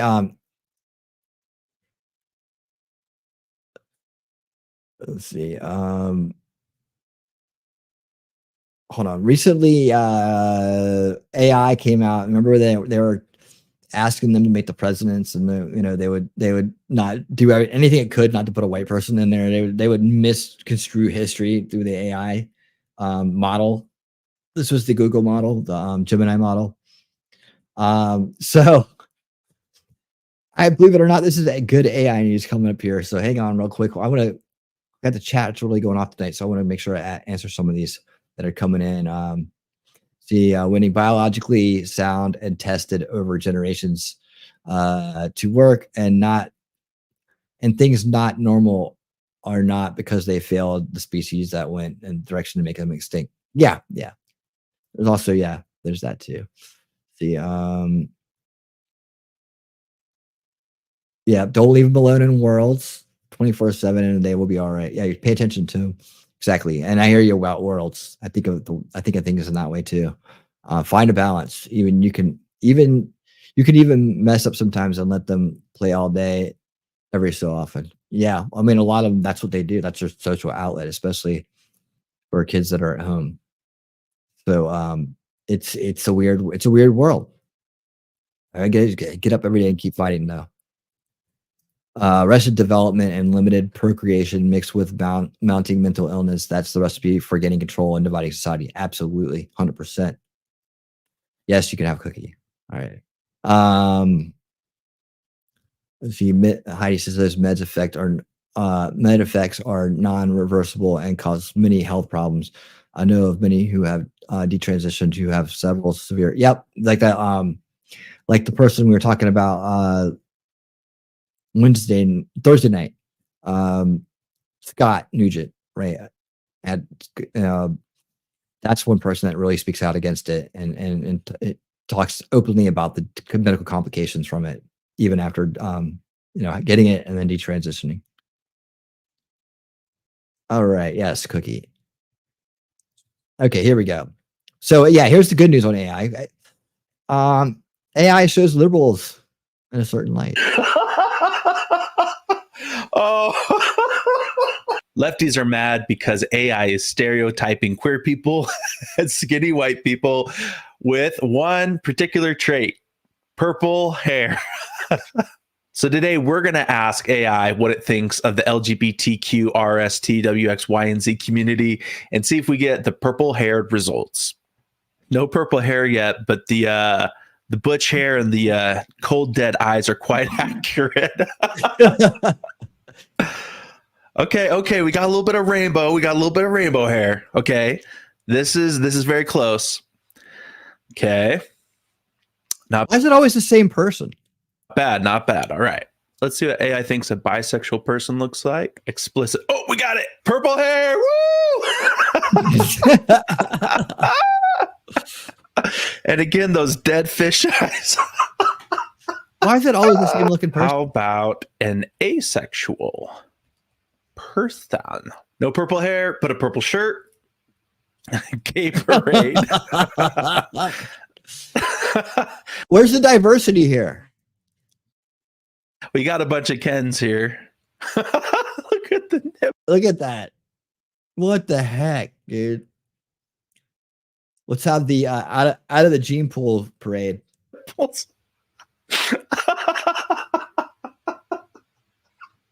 Oh, AI, how you make me laugh. A transgender man and his non-binary partner playing a board game Where's he doing in outer space. Purple and pink. Come on, AI. Quit being so stereotypical. All you're doing is taking your collection of data and compiling it into what is generally accepted as the depiction of someone in the LGBTQ plus community. How dare you, AI? How dare you compile the data of the world's view of what a queer person looks like and actually represent it as most people imagine it? Not very diverse. Lefties don't like AI is too logistical. It's holding up a mirror to them and showing them what the world as a collective thinks of their community. And it is hard to stomach. Let me tell you. Double. It's the mustache. It's the peach fuzz. Oh, for me. nice. It's nice. Okay, let's be fair here. Let's see what AI thinks of straight men, conservatives, Trump supporters, etc. This is fine. Look, it's an older, nice-looking gentleman. He's supporting America. Probably a veteran. Probably a Purple Heart, Medal of Honor. I don't know. Look at the Thurston supporter. Troll maggots. Okay, AI is just showing us Trump. Here's Trump as a middle-aged woman with breasts. All right. Deporter supporter. Oh, I should have saved this for funny videos. Okay, I'm making this shirt. I'm selling it on conservativevibes.com. That is so good. Wow, it really is like looking in a mirror. These are all people I would love to hang out with. Can I just say it? This guy's awesome. I mean, it literally is a mirror, and I'm not upset with what I'm seeing. See, to me, this doesn't feel stereotypical. This just feels like if I went to a Trump rally, I would see a guy like this. Much like if you go to Gay Parade, you probably see something like this thing. I'll leave the liberals with this. If this is how AI thinks the world views you, then perhaps you're the ones that need to change, not us straight white males. Well done. Food for thought. Be sure to like and subscribe to who are Conservative Vibes. Conservative Vibes. I thought this was a Conservative Twins for some reason when I selected it, but I was like, I saw that picture, the thumbnail. I was like, dude, this has got to be good. This has got to be good. All right.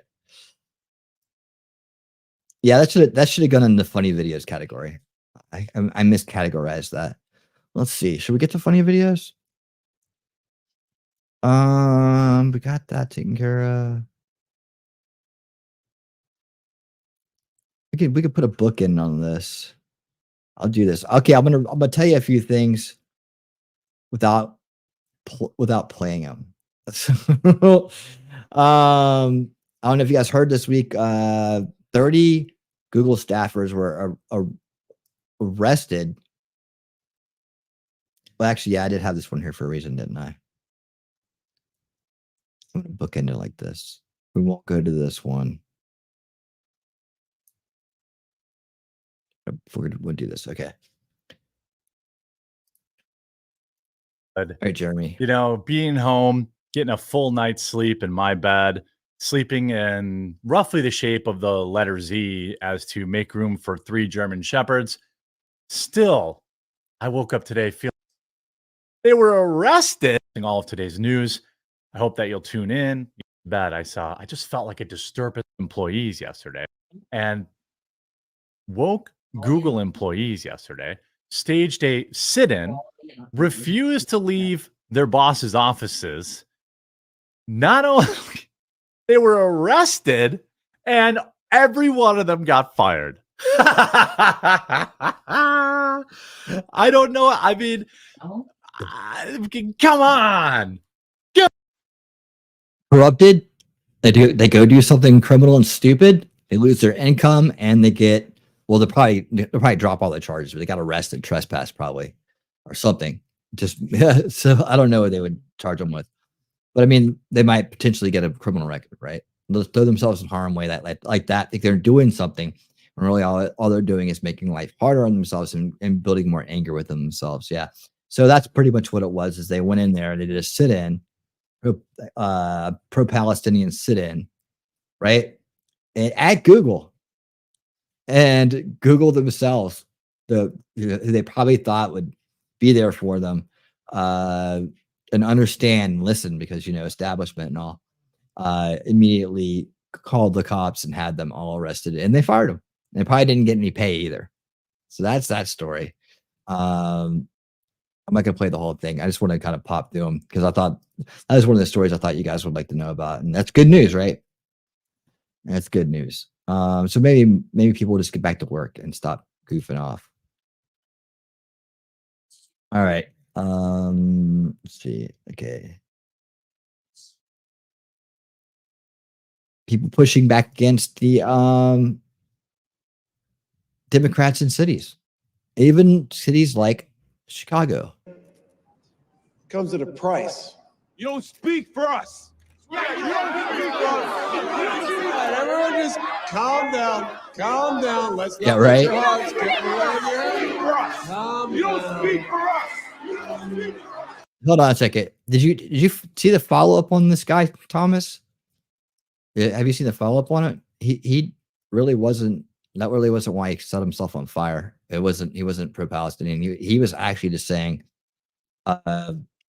basically, we're being taken over. And I don't know. Go look into it some more. It's not the good news of the week, but go look into what's come out recently. On that guy. What's his name? Maxwell. Yeah, go and see. Go see that. The story has evolved. Google employees got fired. Stop it.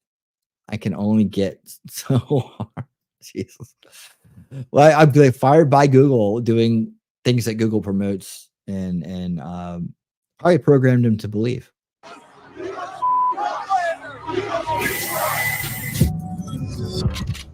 What's up, guys? Boy, Benny. Things are getting quite frigid for the communist Democrat who's in charge of Chicago. The guy's name's Brandon Johnson. And he is, of course, allowing hundreds of thousands, if not millions, of criminal aliens to resettle in his city, displacing and sucking up the scant resources for the people who are native to Chicago, and that is pissing those people off. Chicago, who has some very large, predominantly black neighborhoods, is now facing a massive backlash against the Democrat Party for this policy. Mayor Brandon Johnson slams uphill effort to recall himself. That's right. The Democrats of Chicago are now trying to recall their mayor. This guy was elected less than a year ago. Mayor Brandon Johnson on Wednesday blasted an effort to establish a legal tool for voters to recall Chicago mayors, calling it disingenuous, saying that it backed by extreme right-wing political rivals. This is my favorite part. Chicago voted by the millions for Joe Biden. Chicago is one of the bluest cities on earth. And yet they use the fact that the extreme right wing are who's attacking you if you are the Chicago mayor. The mayor's comment come after a Lakeview resident earlier this month created a political committee with the Illinois State Board of Elections seeking to establish a recall mechanism for the Chicago mayor's office. The state law does not currently provide a legal apparatus for voters to recall mayors. Voters get an opportunity every 2 years and 4 years, Johnson said, adding that the extreme right wing is not pleased with the diversity of Johnson's cabinet. Okay, got it. Yeah, got it. Okay. Well, I can show you some extreme right wing. How about the black residents of Chicago saying we're going to vote you out and we're going to take you out at the ballot box. Check this out.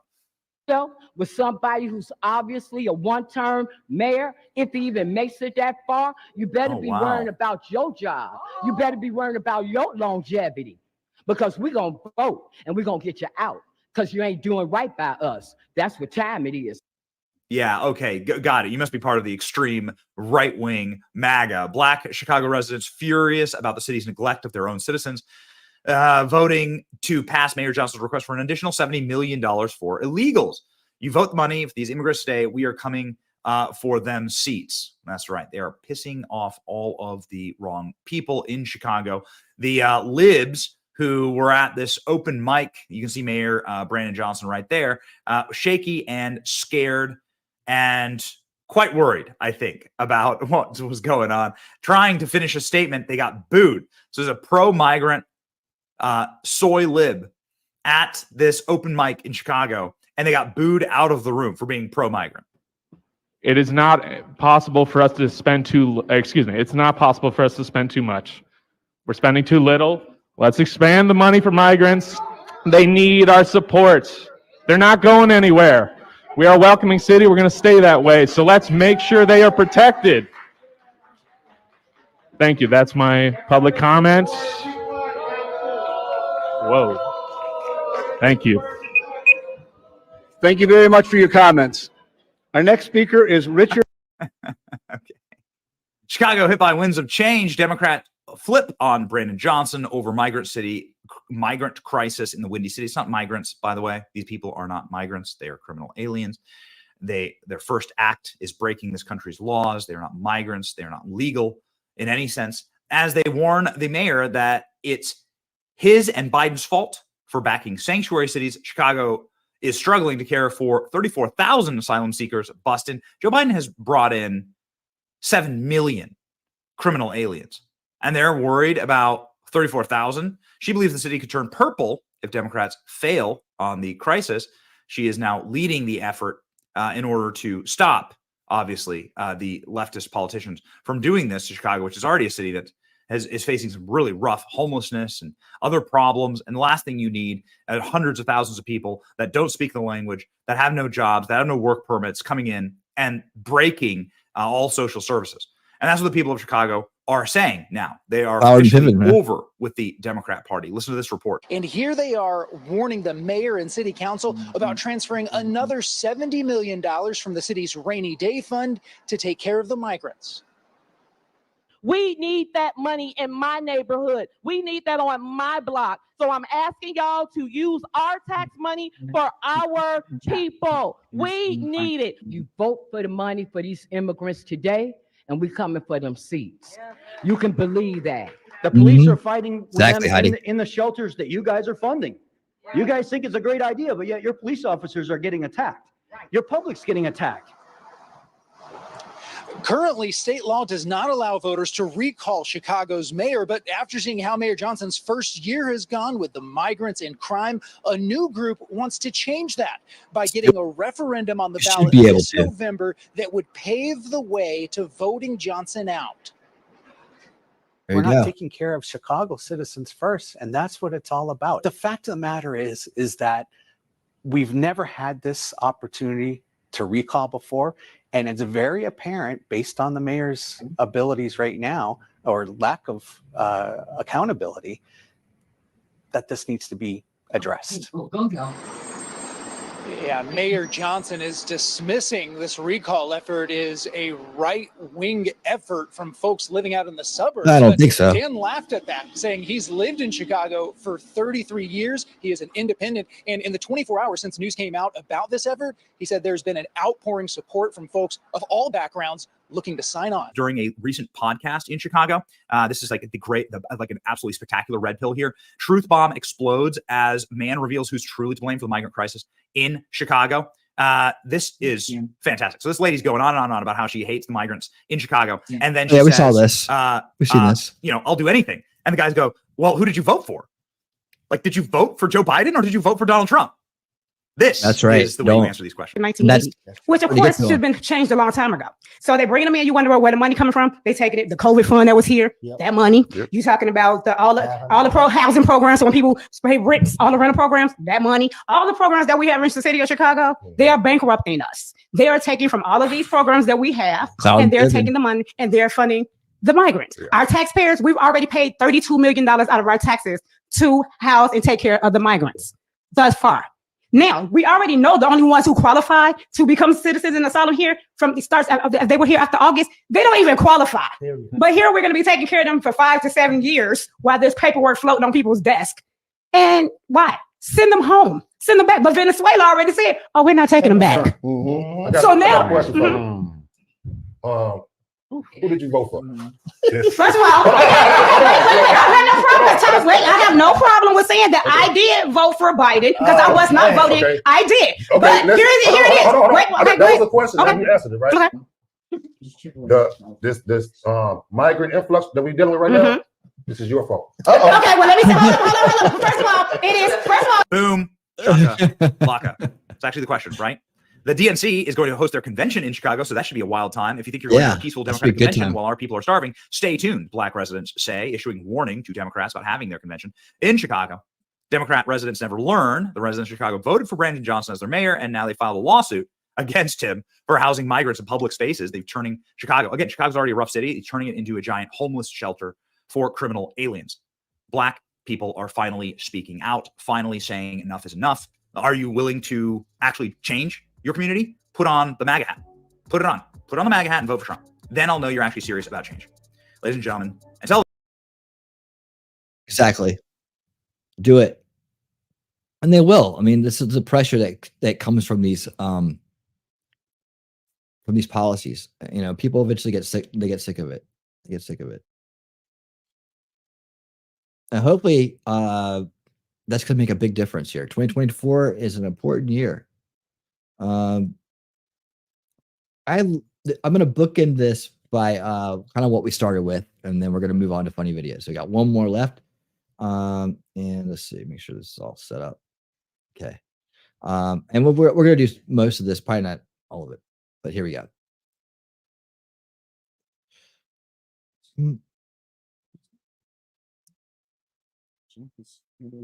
I got this turned up. All right, here we go.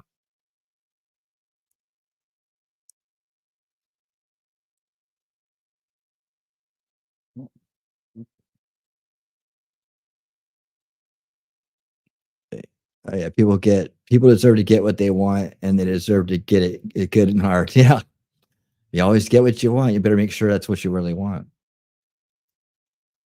Workouts are easier when you have a partner. My workout partner is my maid, Marguerite. Marguerite's soft brown stomach protects my. You guys hear that? From unnecessary wear and tear. Not too much longer, mi sopra, okay? That means shut up in Spanish. 15 minutes a day is all you need to get your heart rate up to where. Please, mi sopra, you're crushing my. Jack, we're thrilled that you can be on the program. We really appreciate it. And we couldn't think of a better person to sort of sound off on this current moment, because it's really fascinating to watch the differences between these two men. And it's amazing to see the meltdown when Donald Trump goes into a Chick-fil-A. I presume you've seen that news. What do you make of it?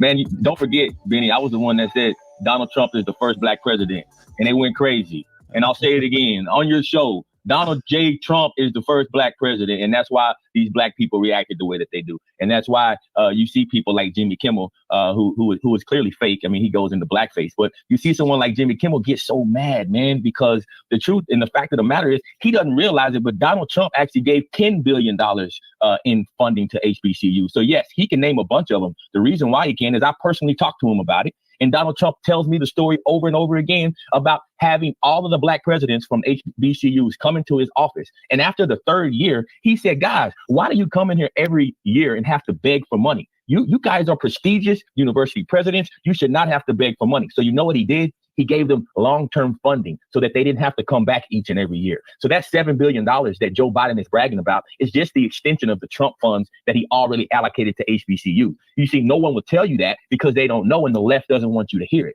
That's the reason why I serve for President Donald J. Trump. And that's the reason I call him the first black president, because he actually passes policies that can uplift black people. He wants black people to have green in their pocket. He wants black men to be back in their homes. He doesn't want a black America that depends on the government and subsidies for everything. He wants people to actually work. And I'll tell you another thing, Benny, you go into one of his hotels or one of his businesses, it's full of black people working, from the managers on down. And you ask them, because I have and I do, you ask them how they feel about Donald Trump, and you hear stories of him paying for weddings and helping to bury people who have passed away. You hear about the genuine man of who he is, which is why I will continue to claim that Donald Trump is the first black president. I mean, it's a really powerful statement there. Obviously, you worked with Donald Trump and you worked very closely with him before we. What's up, Nick? How you doing? Well, be aware the pendulum not swinging. Yeah, that's the one thing that I talk about as well. Is we don't need to continue the cycle, because we don't. The reason why the pendulum swinging completely over and has done it over and over again, right? People voting statistically and left policies, and then turn and go full fringe, revenge the other way. Yeah, it's because we never saw the root cause issue. The root cause issue is the generational corruption. It's the corruption that enables the cycle of control. You know, that's why I talk about the veils of perception on my show, Unveiling Reality. And by the way, we talk about these kind of topics and more every week. But the step-by-step kind of like walking through the veils of perception is like the conglomeration of all of the research and work and things that I've done over the decades in this area to try to get us to a better place. And it's to kind of like the culmination of that at this stage. And yeah, every week we're talking about stuff like this, but we're talking about like solution culture, right? So this goes a step further to try to get that pendulum to stop swinging both ways, right? It's about like, well, the reason why there's this paradigm, yes, there's always going to be the paradigm of good versus evil in this world, right? Destruction versus creation, and so on, right? The outer veils, you call them, authoritarian versus liberty, right? These ideas. But the solution culture offers a chance to change the paradigm, right? That's kind of the culmination of what I've come to understand is like we keep going through these cycles because we never address the root cause issues. We may be able to deal with the symptoms of the symptomatic people for a period of time, but over the course of generations, that can be again forgotten about or maneuvered away from, and they can be right back where they were before. And the reason why that's that makes sense is because they've done it over and over again. They've always found a way to get back in control or stay in control or give the illusion of choice or freedom or whatever, right? And it's because we keep the enablement of their control cycle, their generational control cycle, it's always been through the cycle of abuse by corrupting society itself, right? And by putting out a whole new stock of useful idiots generation after generation, right? Through breaking people, through the abuse of people, through the trauma that causes, right? And the reactions to that trauma that causes over a lifetime, providing false solutions like institutionalized psychiatry and big pharma and other things to mask the symptoms, to, in some cases, to agitate the symptoms of trauma instead of addressing it the correct ways. Instead of trying to put in education and a society that tries to prevent these abuses from ever happening, instead they enable more and more and more of it. Right. So solution culture talks about removing the enablement of that global, that generational control cycle through education, through initiatives that will remove the enablement of that. Right. So it starts to depower their mechanisms, their institutions that do that, starts to remove the benefits they gather from these things. Right. And people say, well, that's kind of impossible. It's kind of pie in the sky. Well, maybe, but it's a start. Right. And I don't think it's impossible. I think that we just never address the root cause issues the right way, right? If you want to make something stop, you have to remove the enablement of it. And that's the problem, is we keep enabling these bad people to be in charge, right? These corrupted people with the disease of elitism in their mind in charge, that view us like their pets, their animals, their property, right? They're still out there. They're still out there. Yeah, thanks, so definitely. All right, let's do this. Move from this topic to a president that says you're not black for saying that. I'd like to ask, like, what was your experience like working with Donald Trump? He must have really cared about you because he appointed you to this prestigious board. You served on that board, but you probably have some behind the scenes understanding that maybe we don't. Definitely, Benny. I'll tell you. So I'm one of the only Trump appointees that actually is still in place. I'm still serving on the, it's actually the Civil Rights Commission, and it's the Commission on the Social Status of Black Men and Boys. I'll be in DC to do an event there in a few weeks. I'm gonna actually invite you because I'm sure the liberal media won't ever talk about that still being a Trump appointee and a conservative on this commission. Why? Because I've been the leader on fatherlessness, and our organization, backed by President Trump, has been a voice for Black men and Black people. No one wants to hear that, and so yes, and this guy right here. I remember when I watched this earlier. This guy is that role model leadership I'm talking about. I talked about on repairing history and repairing history together. I've tried. This is the role model leadership. This is the Brandon Tatums, the George Foremans, the Greg Foremans, and so on. Man, this is the kind of guy I'm talking about right here, who's out there doing it and truly bridging the gap and talking about the real root cause issues and solutions to it in the Black community, and therefore is working to heal division, to really attacking the root causes. Now get that Thomas Sowell history back in schools and teach it right, and then have role model leaders like this gentleman right here, and we're well on our way to healing that healing racism and division in our country. I serve that very proudly. But when you start talking about, President Trump and some of the things that he's done, I mean, I talk to Duke Tanner usually every week, and I help him. Duke Tanner is a boxer who was 19-0 as a professional boxer, black man that literally lobbied to the Obama administration for 8 years to get him out of prison. He was a first-time drug seller. He sold drugs. One-time offender. They gave this man a double life sentence for selling drugs one time. And so Trump comes in, and what's he do? He pardons him. Right. Same with Lil Wayne and so many others. I wrote and signed off on many of those pardons for these black men that have been appealing the Obama administration for years, man. They would never let them out of prison. And so the First Step Act is something that we're really proud of. Why? Because over 10,000 black men have gotten their sentences reduced because President Donald Trump passed the First Step Act. Listen, we all commit crimes. My organization works in prisons and jails all across the United States of America.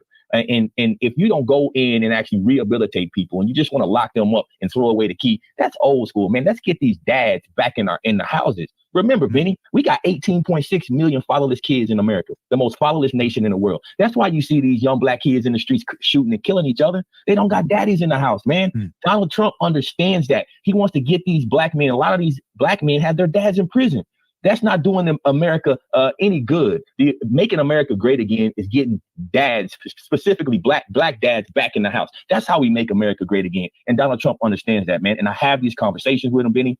I think about one conversation I had about 5 years ago with Donald Trump. I was at his golf course, sitting across from him. He's, giving me shirts and ordering me food, just treating me like family. Actually, the picture you're showing right now, that day, I told Donald Trump, I had just got back from Baltimore, man, where I did youth camp. I brought a bunch of black kids in, man, helping these kids and just trying to motivate them, man. A lot of fatherless kids.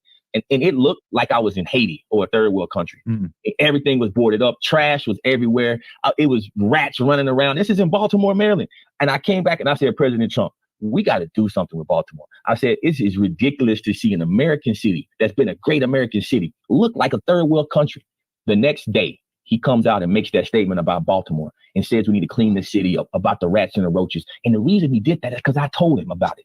He cared. He wanted to do something now. So he starts calling out these liberal politicians that have been leading this city for 60, 70 years. It's been under Democratic leadership, and these places look like we're going to a third world country. And so people get mad, but that's why he's resonating with black people, because black people want to know the truth. We're tired of being poor. Black people are tired of not having enough money to take care of their families and not being able to go after the American dream, because we have liberal politicians in these cities just weighing it down and robbing them of everything, man. Yeah, I mean, listen, I lived in Washington, D.C. for 15 years. We were in Baltimore often, and you. There we go, man. I think that kind of highlights it. That's a great episode. If you want to watch it, it's about 20 minutes long. You can go catch the rest of it on the Benny Johnson Show channel. I feature him a lot here because I think he does good work. And all right, here we are. We did it. Good news of the week. Remember the good news, man. All these topics and more I cover in detail, but we always try to find the best stories for Saturday night and the feel good stories. And here we go. Now it's time for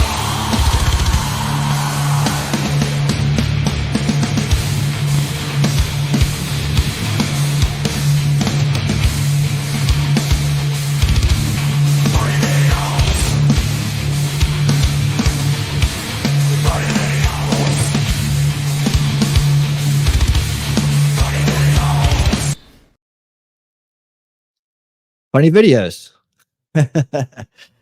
All right. And I don't know. I still don't think that Valhalla has seen that yet. I still don't think he has not seen that yet. If he ever pops in again. Hey, Jacob Peets, how you doing, buddy? If he ever pops in again, I gotta remember to play that for him. So hopefully he pipes up if he pops in. Hey, let me ask you a question. Have you ever wondered what English sounds like to non-English speakers? I thought this is pretty good. Let's check it out. So we wrap the bird again. We wrap the cake crab trail. You want that? Spline for me, display the Joe drink all around the masturbatation town, while I for mask the Pope for green and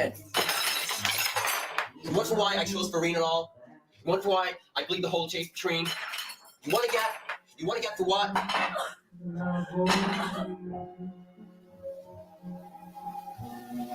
All right. Uh-oh. This doesn't look good.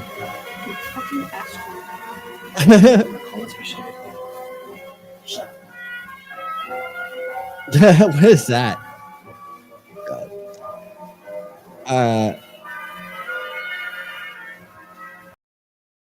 All right. I'm going to cut it at that. You guys get the idea. I thought it was pretty funny. The loud music in it and like not knowing if it's copyrighted or not was just making me not enjoy it as much. This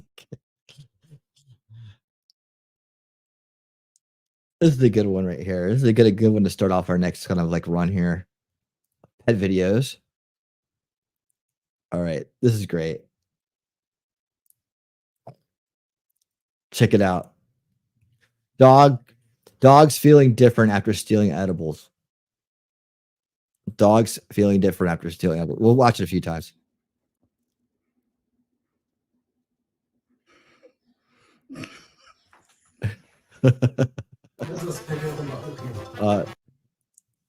Okay, it didn't do what it normally does. All right. Yeah, hold on. I'll play it one more time.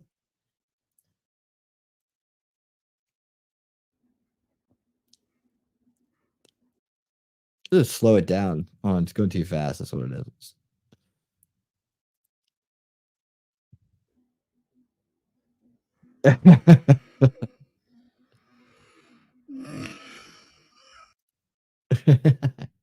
Look at the dog. Right? I know. Okay, hold on. Let me set the next clip up here. These might have a bunch of music in them too, huh? Make sure I get this right.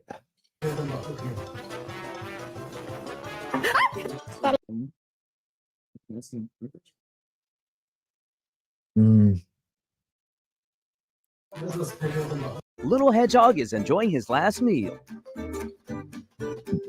Hold on one second.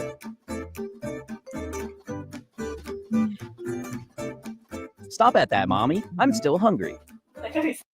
Well, there's none on the page, so maybe it'll be all right. I guess you guys, I was playing it anyways, wasn't I?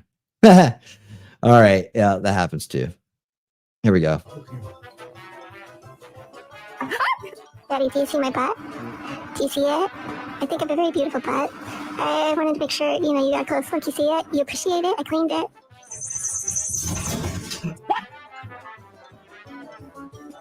You're gonna turn it down a little bit. It'll help All of because those Hollywood actings for just a grain of rice? Little Hedgehog is enjoying his last meal.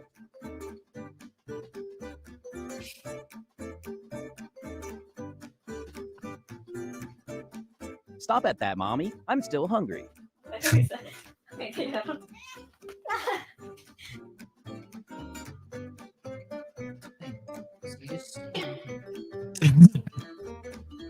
oh no, man.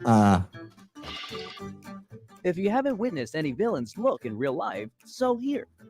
So here. This is some kind of like weird AI. Sorry, guess that look is amazing. Let me smell it. Yo, girl, you won't have a boyfriend. This is like the commentary on this is funny too. It's like some kind of like weird foreign AI or something. That jazz better not be copyrighted. Between 100 things a little kitten can do for its owner, dude chooses giving her a hard time. Oh, no.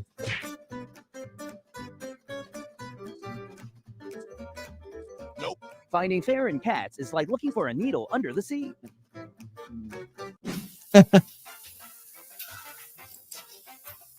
No. Romeo and Juliet is just a fictional story, but its influence is definitely no joke. No joke. No, no.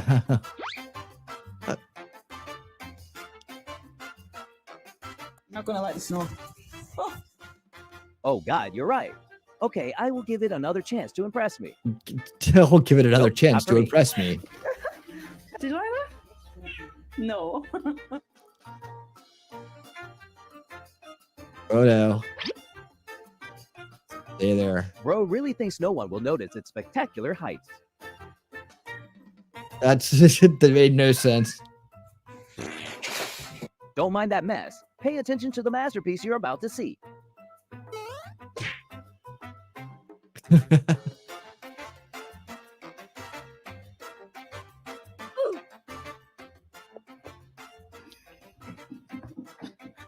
Oh, they look so sweet and friendly with those lovely bites and punches.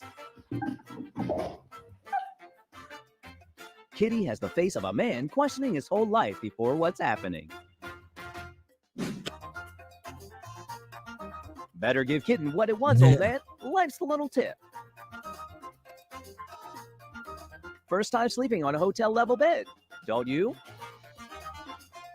Those are my tissues. Get out of there. Yeah. Oh, I think we got thunderstorms rolling in here. Just FYI, if I blip out or something, Philly will come in here and save the day. Out of my foot. Don't you dare thinking about leaving me home, Mommy. You better bring home lots of cat food.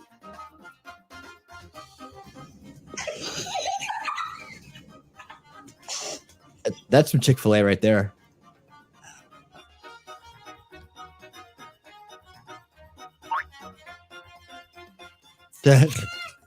Man, Guess this that better not none be of us copyrighted can music. revisit I'd giving be so this mad. cutie food. I knew it.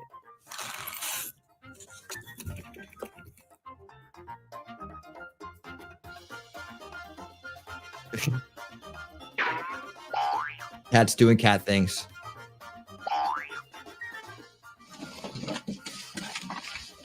A perfect lesson on why you shouldn't be too greedy in life.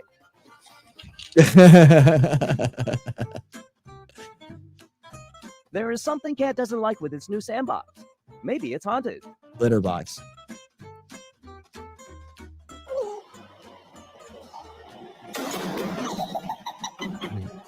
It's like Orange Cat is playing piano tiles on that paper roll. It's like Orange Cat is playing piano tiles on that paper roll. This is I don't know what's funnier, the narration or the cats.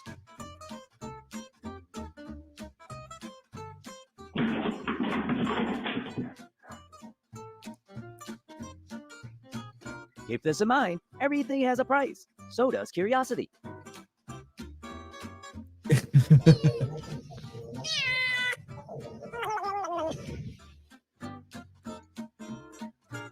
Dude, that's not the way saying hi to someone like a fish.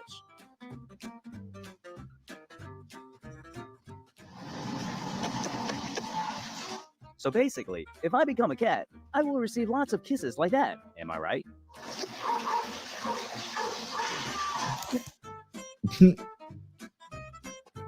When you have a friend that has learned through lots of acting class.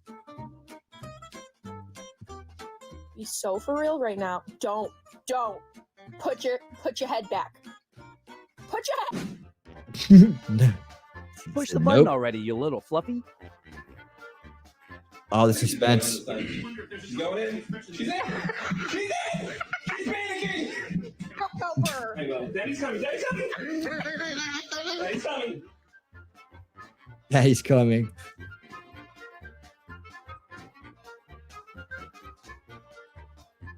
It's actually quite terrifying to have a walking alarm like this. Oh, that'd be cool, Thomas. He That'd doesn't be even cool. hide its obvious robbery. Good luck in jail, bro. Didn't even hide its obvious robbery. No. No. Pet day. Whoa, who's that? Well, you look quite handsome, actually.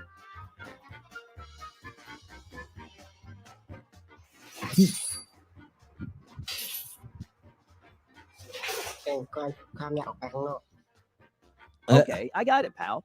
Come here. Wait me a second. Let's enjoy these. What'd you get?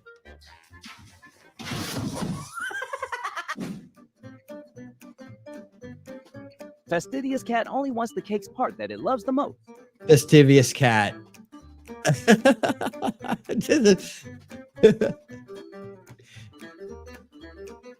Eu fazendo o bolo, né? Can you guess what thing he is looking at? Definitely, that's food. Aí, olha aqui, deixa a cobertura em cima da mesa e é o gato. Oh no. Nothing feels like having a better view to watch things.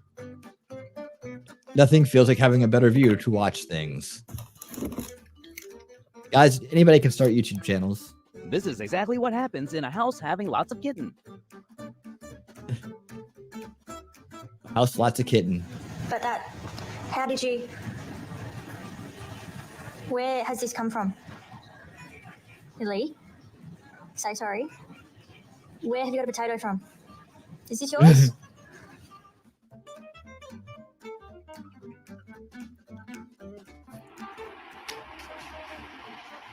What are you doing? What are you doing? What is that? Oh, did you make stickers, Hubert? Did you make...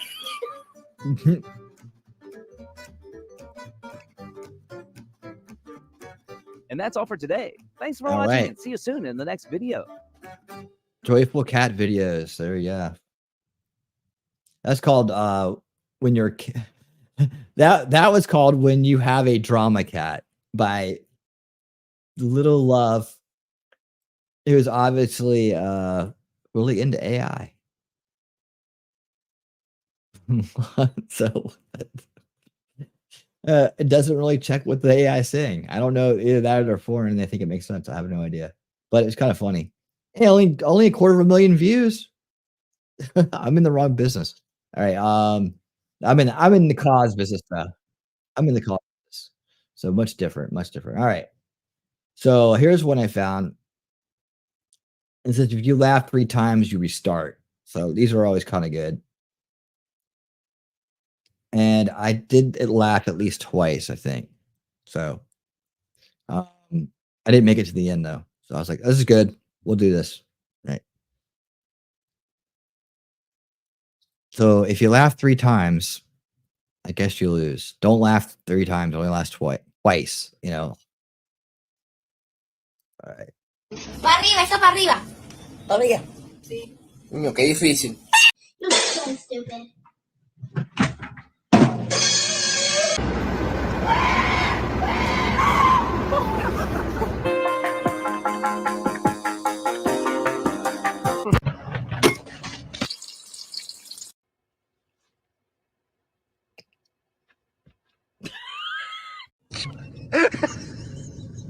Watch this dog's face. He's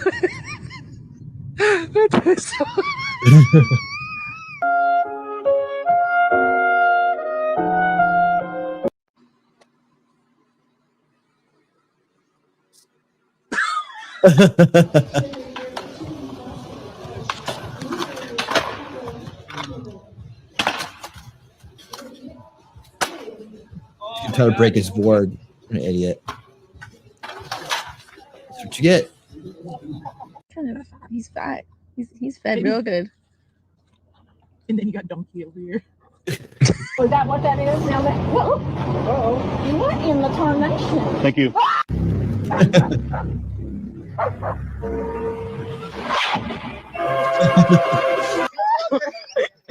Bro, thank you.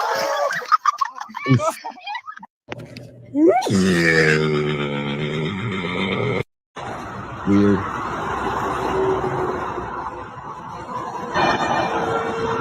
Good timing.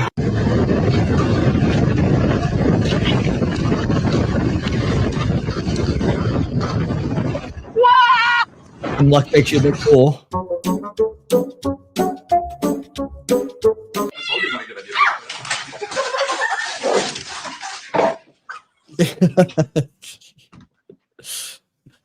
End of the world, man. Kittens at the end of the world.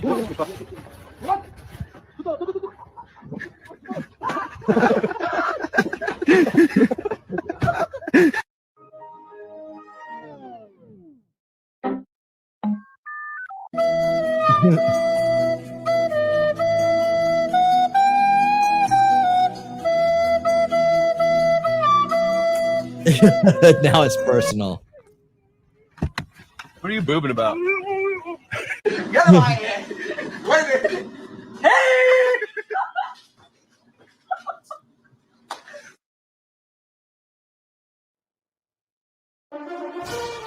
When luck makes you look cool.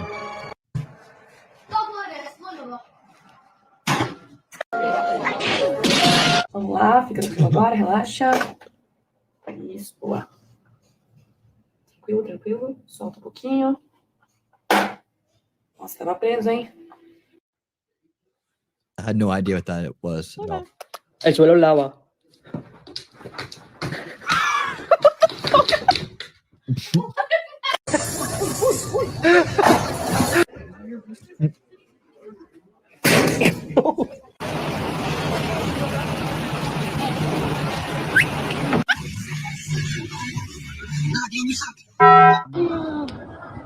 Oh, that's okay. Only in LA.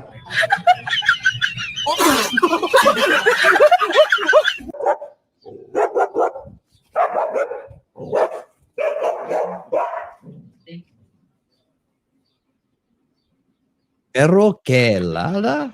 Ladra?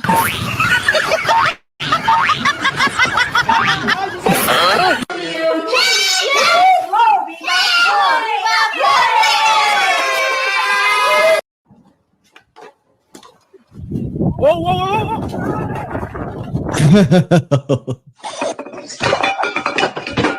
What happened?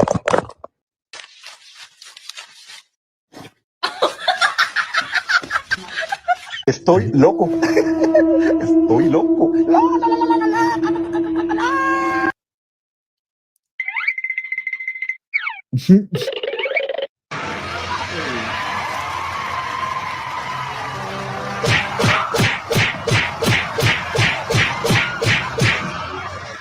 One, two, three.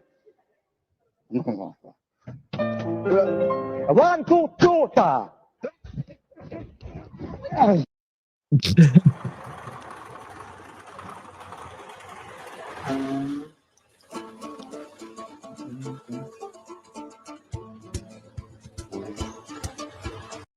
I'm literally just sitting here and he's playing the piano. Literally, he just got up there.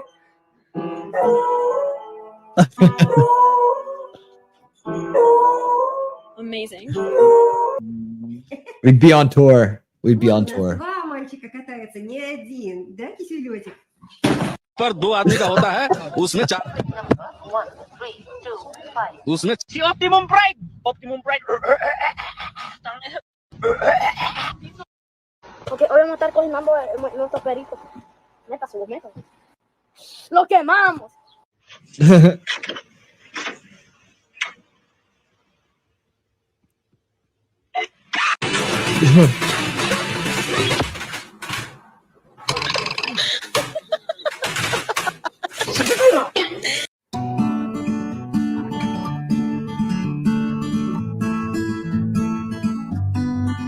Or not be copyrighted music, dang it.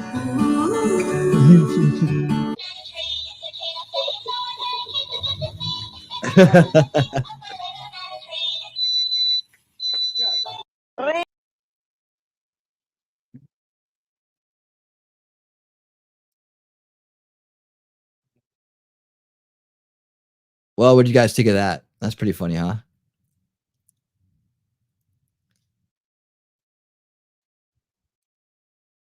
Those are pretty funny. Did you guys laugh at least 3 times? Do we have to rewatch it? I think it's in India. There's a lot of different. Then it's funny, man. You'll see like a lot of these videos like this come from around the world, especially the next one, like unbelievable moments caught on camera or like major fails or stuff like that. A lot of times they come from other countries. It's wild. Guess things fall apart easier. I have no idea.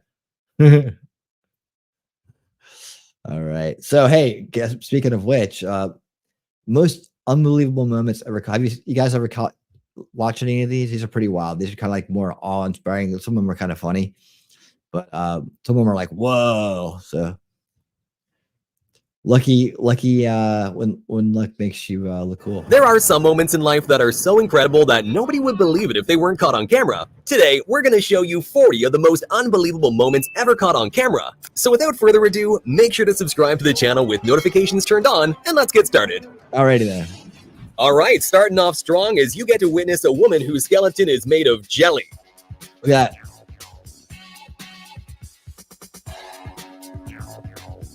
That's gotta be hell in your tendon. Watch closely how the kid in the red jacket Cartilage. seems to Cartilage or blow up this bridge with some secret superpowers.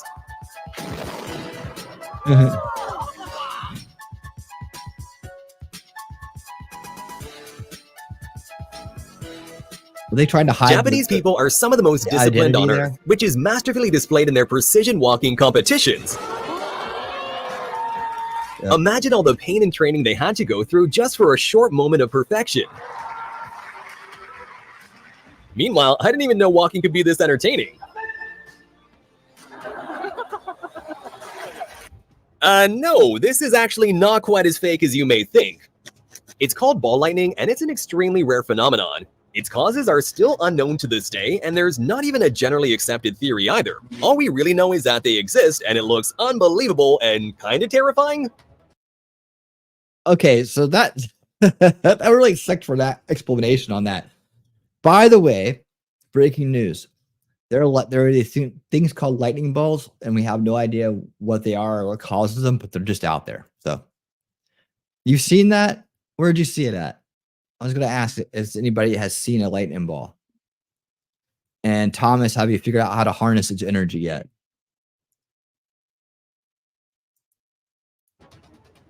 In the middle of this dramatic dolphin hunt, this 5-ton orca made an unbelievable breach, jumping above the water.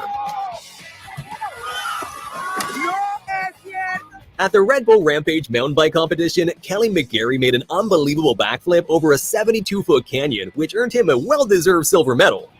Look at this. What?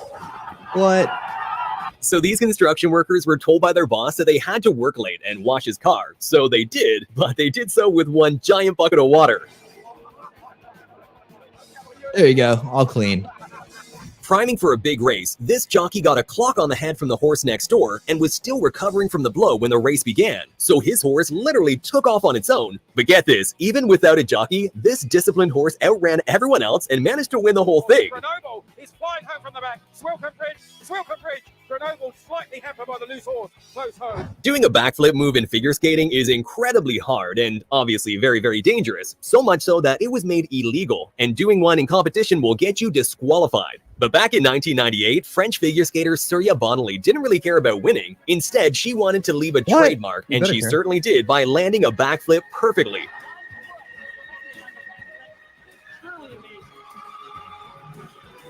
There are pilots who are skilled enough to do crazy low passes, and then there's this.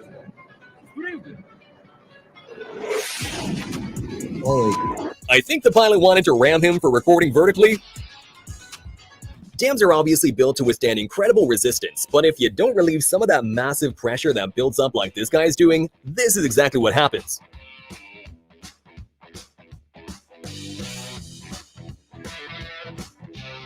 And here's what it looks like when you open a dam gate after years of being closed.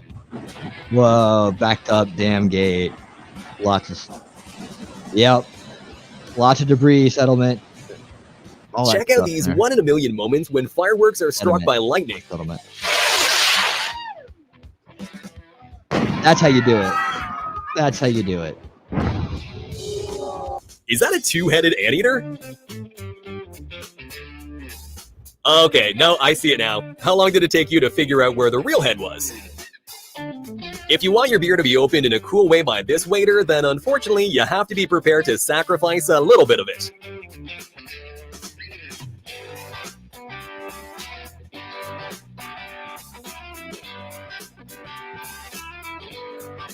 I wonder how many times a day he does that, a shift. Like, oh, here we go again. At first glance, this bird, known as a golden pheasant, looks like it has cigarette butts all over it. But check out its amazing glow up when its cape is finally fully grown. The next unbelievable but also hilarious moment happened on a show called Billy on the Street. So here, Billy Eichner was doing interviews surprising strangers on the street with Emma Stone. But unfortunately, one of the people confused her with Emma Watson. What's your favorite Emma Stone movie? Harry Potter? Oh. That's Emma Watson. When security at a train station found a glass door was broken, they decided to check the CCTV footage. And well, it left them with even more questions. The Mayans were an ancient civilization that left behind tons of mysteries. And perhaps one of the most unbelievable mysteries is the weird echoing sound produced when clapping in front of the famous Chichen Itza stairs. Here? sound comes back. In case you ever wondered, this is what it looks like when a sea cucumber wakes up to eat.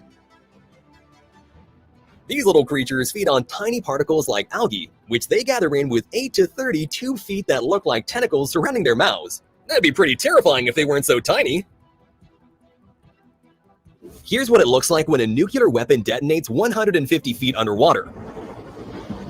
This nuclear weapon had a whopping yield of 8 kilotons and was part of Operation Hardtack in 1958, where the United States did a series of 35 nuclear tests. And while this particular bomb had a whopping yield of 8 kilotons, imagine how scary modern nuclear weapons would look in comparison, which now have an explosive yield of more than 10 times that. During a football match in South America, a dust devil, which are little whirlwinds with an upward motion, suddenly decided to join the game. This kid got a little too overwhelmed by the van commercials. Is this pure luck or just unimaginable skills?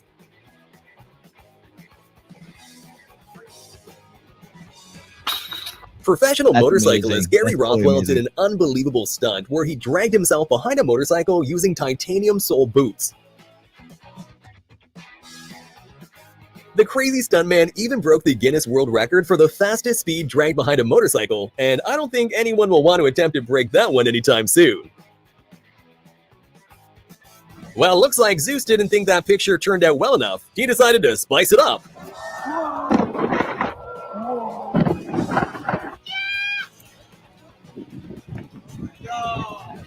This guy's that one friend that you can't bring anywhere.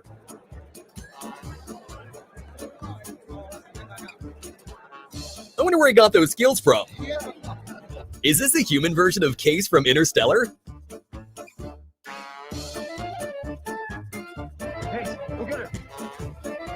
Here's what a typical workday looks like in Antarctica.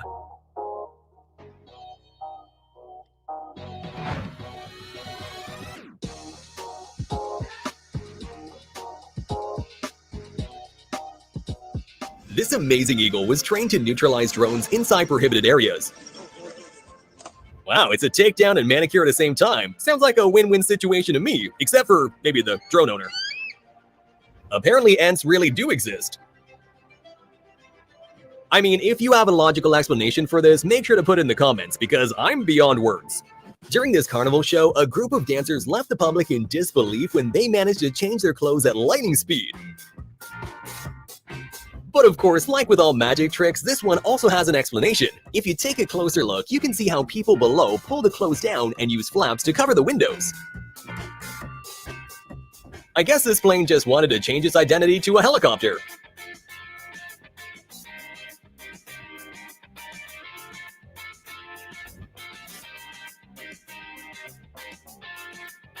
Whoa.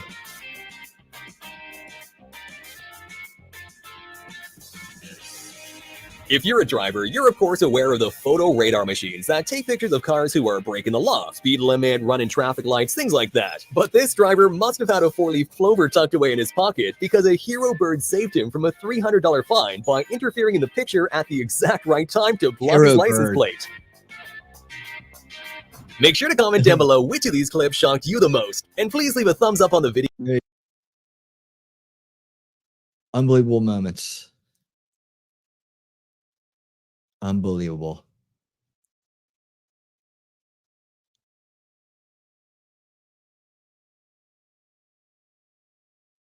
Did I see these already?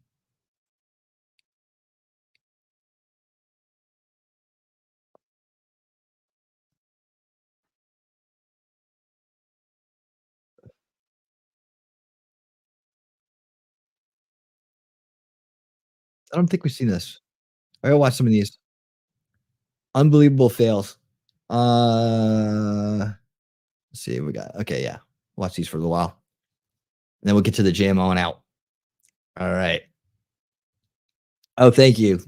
Second year. 2 years. It's official. Oh yeah. Okay, we crossed over. We did it. Made it 2 years. Time flies, man.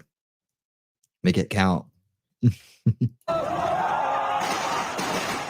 Don't do that. Don't do that. Don't do that.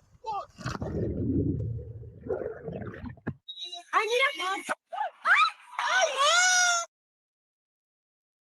Ouch.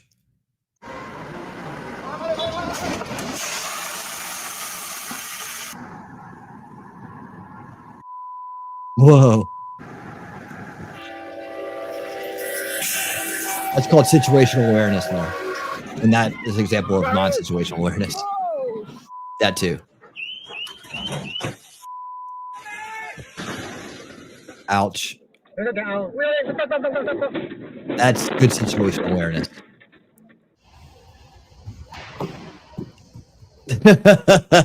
It's called not a good exercise. Hey, hey, you can't park there. You Don't can't piss park like that there.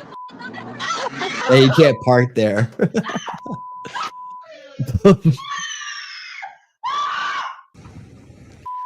Do it running screaming.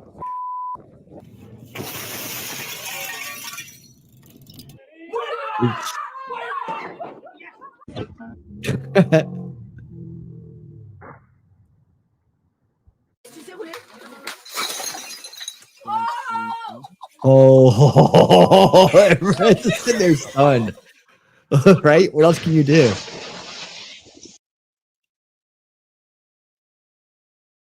Ouch.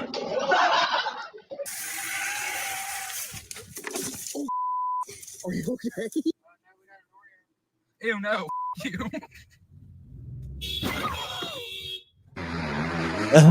Don't. 1, 2.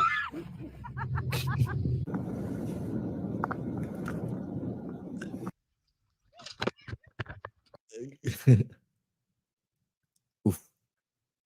That's not fun.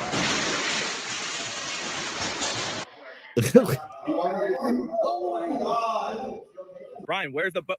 And It's in the middle of the his back's Brian, never it's in been the the middle same of the since. street. Brian, the boat is in the street. It's okay. No, you didn't. No, you didn't. Ouch. Those things are heavy. That left a mark. That's very lucky.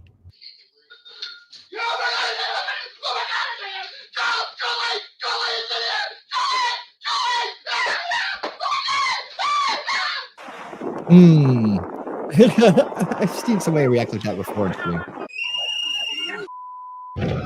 Oh, I'm okay.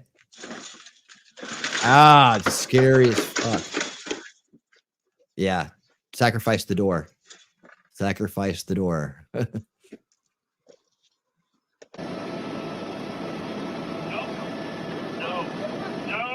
that will kill us. Lumayan. Hala, hala, hala. Kuya, atras! Kuya, atras! Kuya! Oh.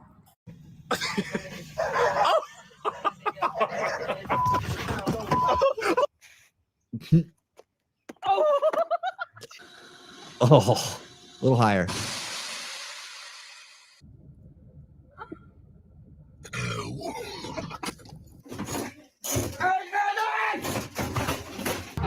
It's like watching Mitt and Mutt work around here. Oh. Ow.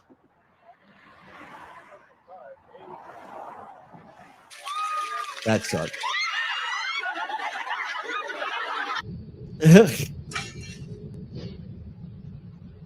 God.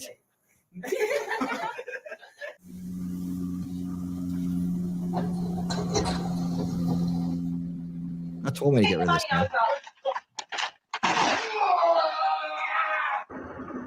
Ouch.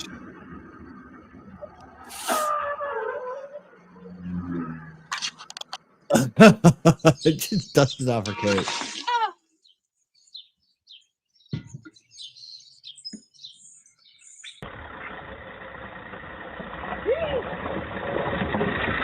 That's not gonna work.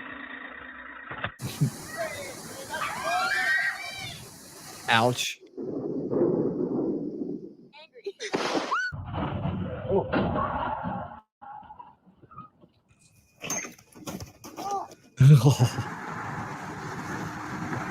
Perfect timing.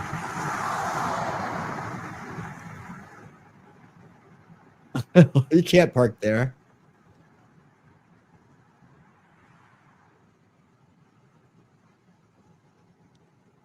Don't try that at home.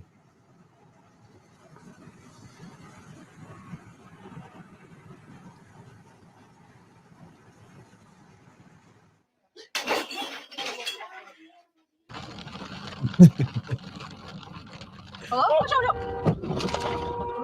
Oh my god. What the? Oh! You alright? Can I even lift it? Ready?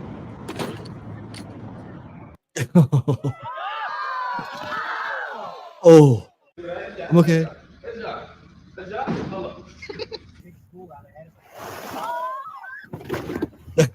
Guy, watch out for the whale. Y eso es lo que pasa. I saw he saved the guitar. That means he really plays it. Happy birthday to you. Maybe.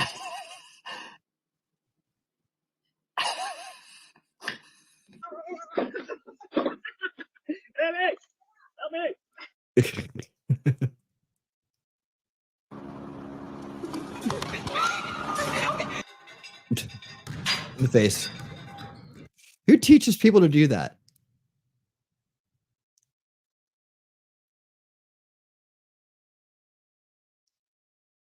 Whoa.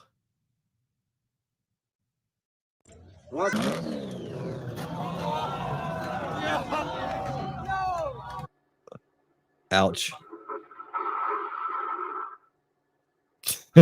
See. Oh. How embarrassing.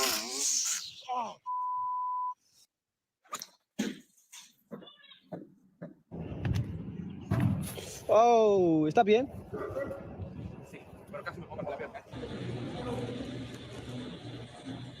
La manta de agua está entrando ahora mismo. Increíble.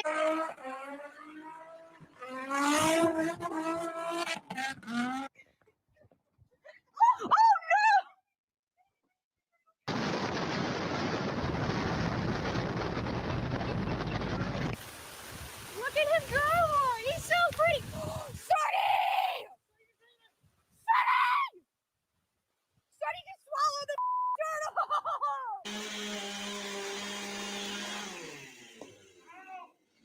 And rip. Oh my god!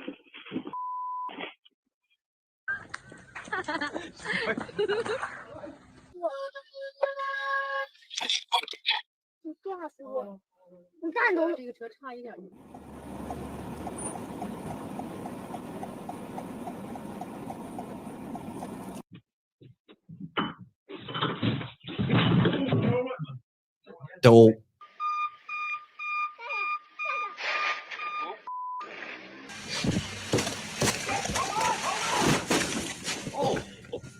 As long as everybody's okay. Yeah, I saw it. I was like, holy. Hey, you can't park there. No. Oh, that could have been a lot. I thought that was gonna be a lot worse. That sucks. Don't slip. Don't slip.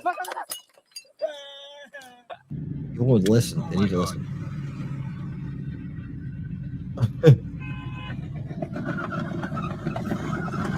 Hey, can you let him know to pull over?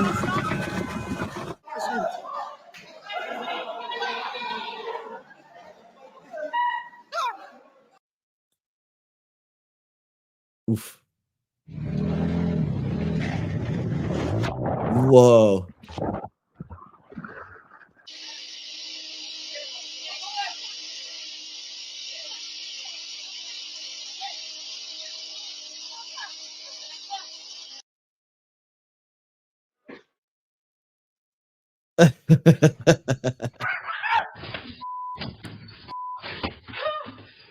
Stop! Okay, sorry.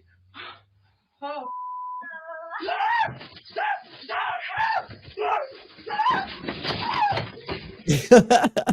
What the? Oh no. Not your fault. Not your fault. Oh! Happy birthday.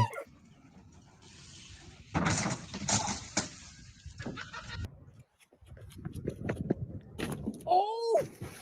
You alright? I'm good. Oof. Everybody's okay.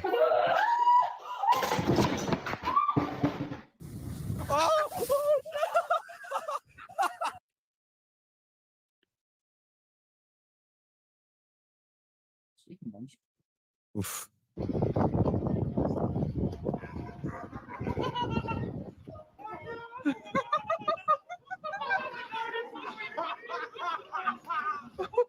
Just stole a seat. Hey, Damien, what's up, man? How you doing? Nice to meet you. How you doing?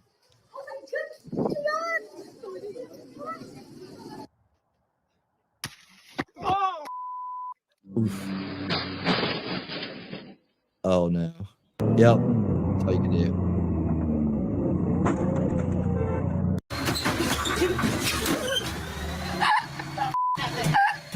One more time. At least you tried. Dari ka bang oh? Oh.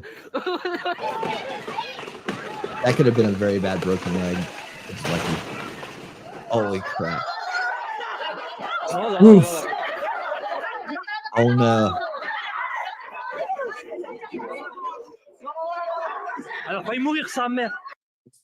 Dude, watch your head and your balls. Ouch.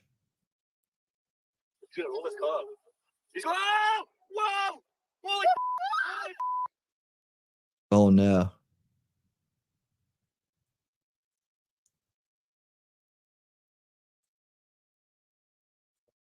Bueno, ya así es como se aprende a hacer estética.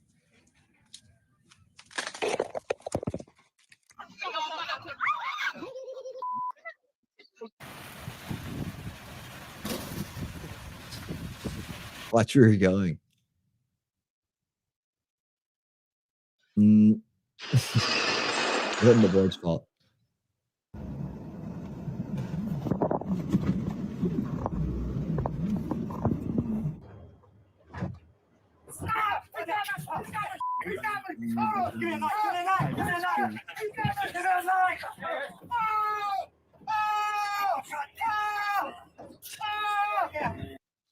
Oh, you biting his leg?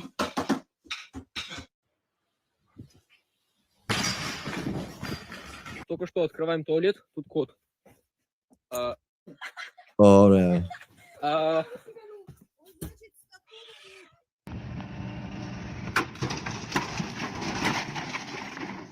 Nice. Nice. That's all you can say. Oh, D, you had one job. He'll never trust you again.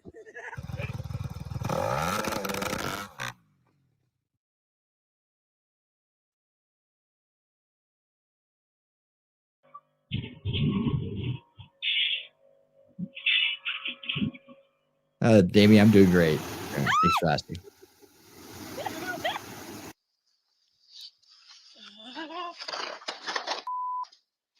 Ladders, man. Ladders. Latch them. Slow on the drop. Wait. Oh! Bill! It's just a scratch. It'll buff out. Don't slip. Oh.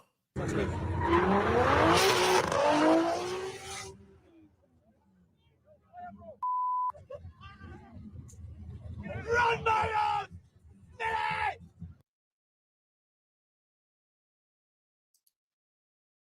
Look at that.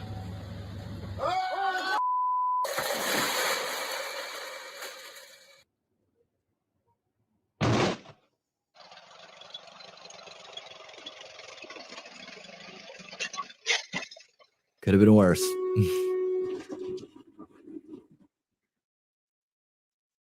Ugh.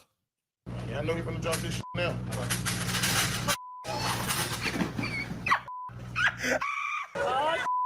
Here we go.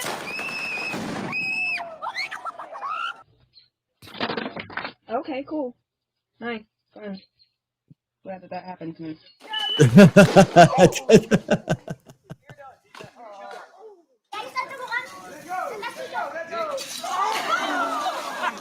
Perfect. Oh. I didn't know these ones have teeth. Yeah, be careful. Oh. Yeah. Those things eat oysters.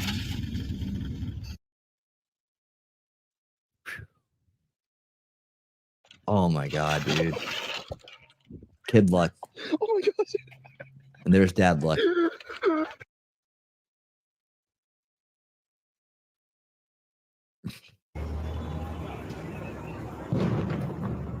Oh man. T-Rex, we weren't supposed to show this.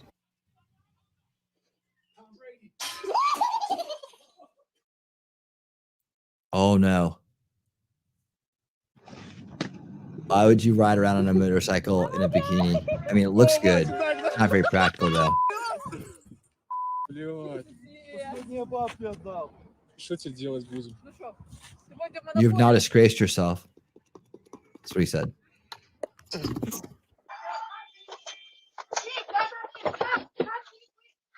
got bit! Oh! I got bit! Oof. Now, stay it up. Hey, geezer, mate, you can't park there. You can't park there. I'm joking, I was like, people could have been accident. Just off and stop putting it. Don't you start. Who put it on Facebook? I'm just letting him know he can't park there. Look, stay it up.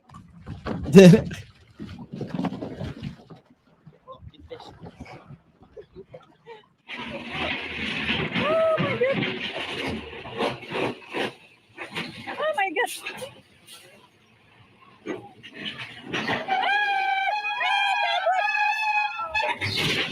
Oh, and down it goes.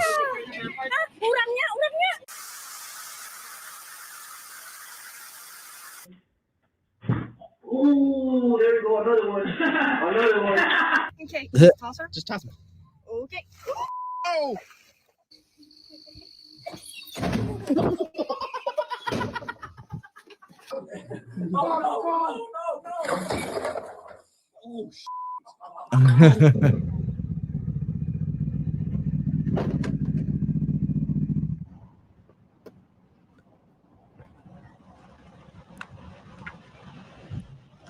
Yeah, actually, I did. I saw a thing on that the guy was like her donor, like gave her like $1 million or something. He was just some weirdo kid. She started getting abusive, and he was pretty abusive too. They were both pretty toxic people. I don't know. Last I checked, they were suing each other, or somebody was in trouble. She got arrested. He got her arrested. You're going the wrong way. Oof. Man, glass tables. Others that she was a drug addict and had run off the field, and still others that Michelle was dead. Oh my god! Oh, Holy must have been a cyber attack.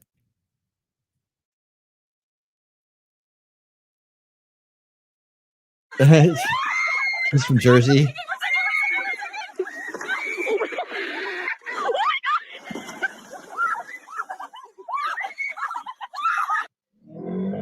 I mean, the guy was no better. I mean, he was very socially retarded, I guess, but very rich, like trust fund rich, millions rich, and he's a brat, basically a grown-up brat who had no idea about anything, and he just got offended by everything because he felt inadequate or something. And he sent her all kinds of money, and she tried to hang out with him, and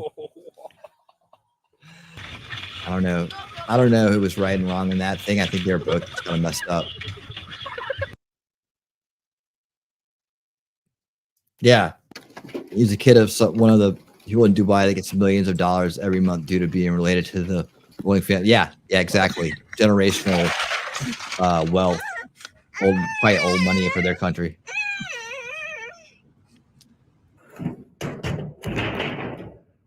But I mean, that guy's out of his mind. He's fake tough, kind of everything is like about something with him. I'm gonna slip. Stop. I'm gonna cramp. That hurts so bad. I know, that's what I jumped off too because it did the same thing to me. Up there. Oof. And that's when it stopped. Are you okay? That's it. That's enough. We're done. Next time, use nails. Yeah, thank God it was the gate, not the house. Man, I hope he's all right.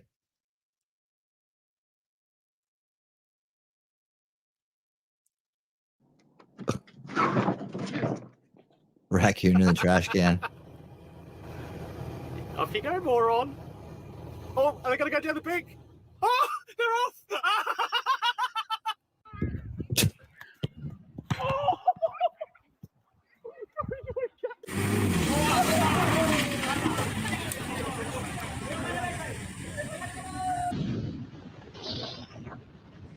Why? Why in the middle of the slope? Why would you do that? Why did you do that? We're lowering it. Bring it away. Oi! Oi! Stop! You! You!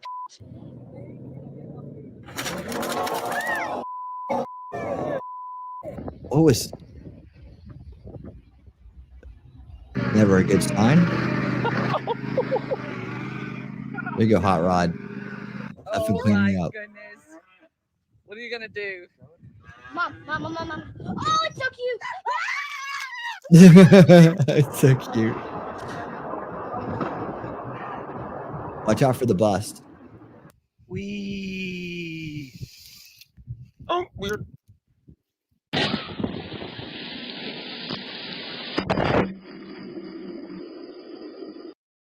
Oof.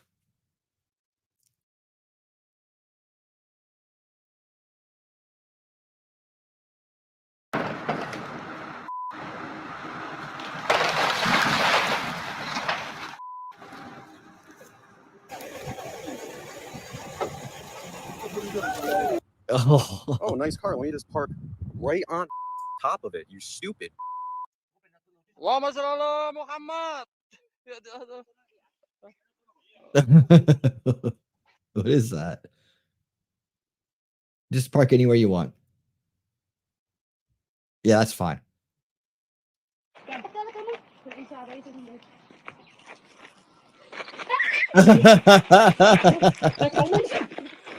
Go.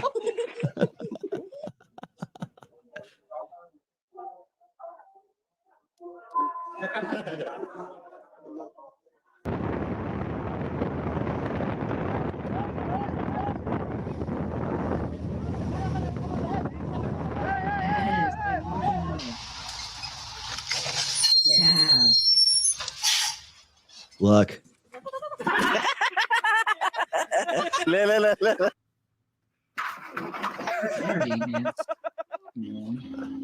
That was a dare.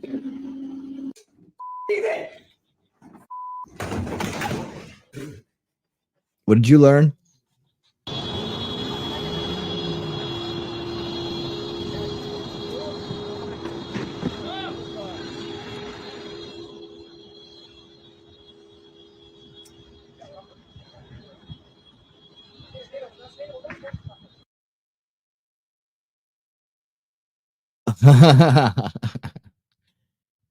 All right. Are those crickets?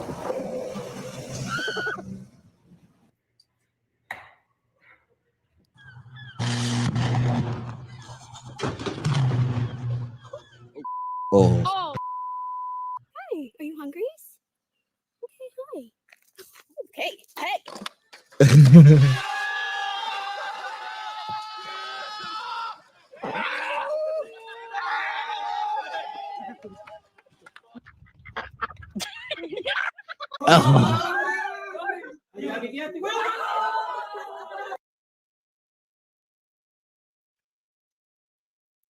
Oh.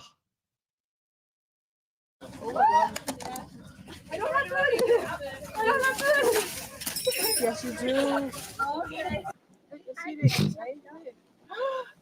Oh my gosh, look.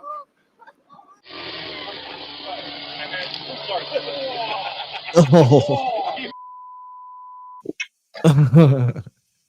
Ouch. Oh. Walk to the corner.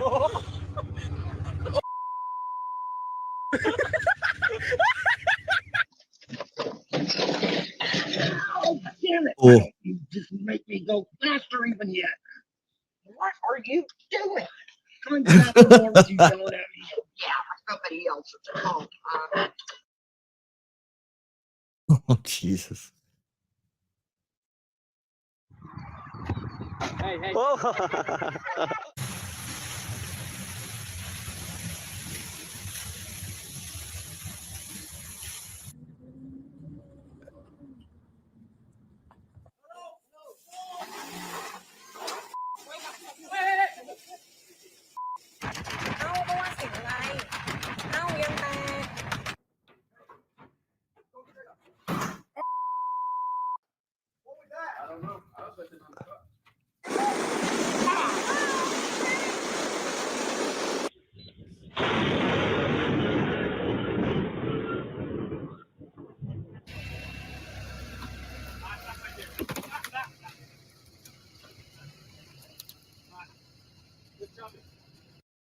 What in the world are you doing? Try to put that in there.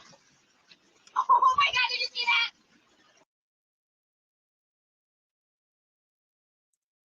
that? Okay, this is where you need to slow down, take your foot off the gas. Now you take your foot off the gas. Oh my god, Sean! Sean, no! You broke the window.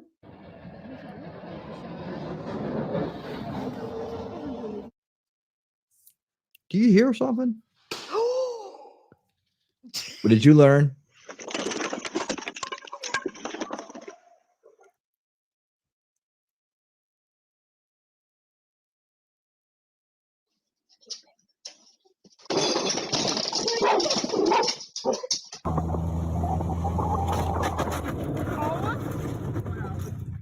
Yeah, I did bring that up.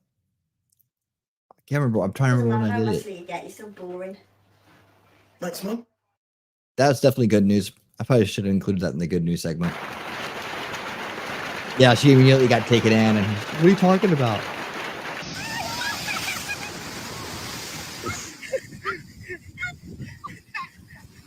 I was talking about like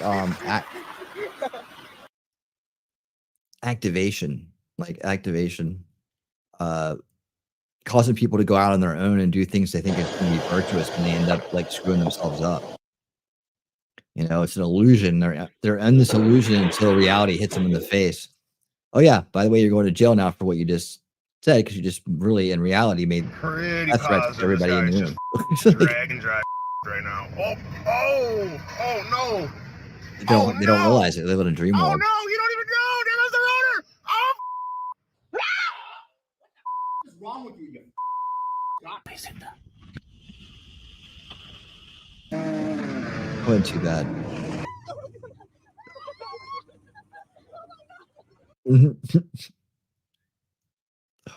Lucky.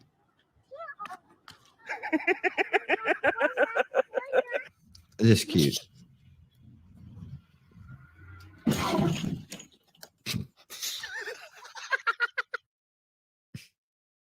Don't do things while you drink. No, no, no. Uh-oh. Raccoon army attack. No, no, they're not.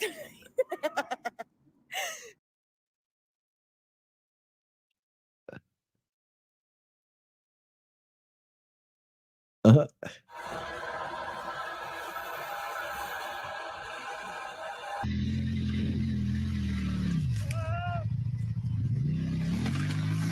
Oh, no. You don't solve it for letting her rear up by doing it even faster.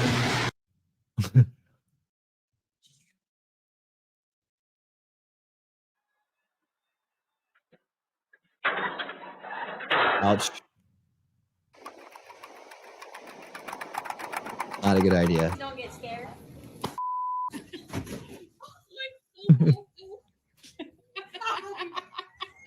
Wow, we'll have to find a different driving school for my used car. Oh, but she's kicking the out of it now. Oh, come on, my girl, fight it. Yep.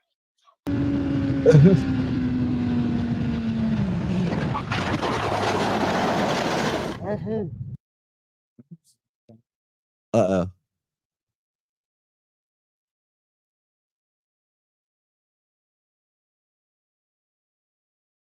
Left hand down, left hand down. Stop, stop, stop.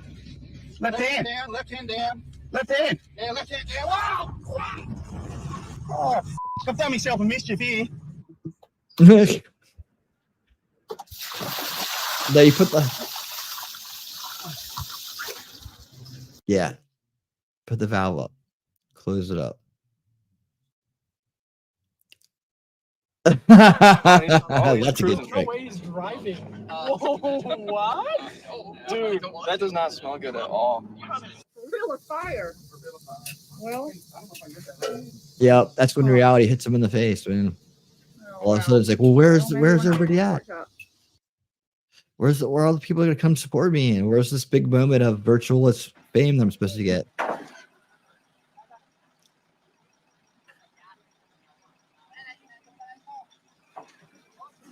Oh, kumbalan nito. Told you, boys. Told you, boy, the board's not being hold the truck. Ouch. Just waiting in line in this new car wash open. Very high standard, as you can see yourself, top class. I'd highly recommend anyone. Window open and an owl gets into your car. Are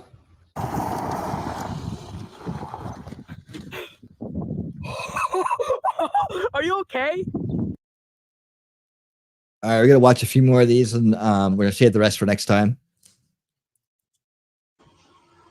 Come up on 4 hours here, the 4-hour mark.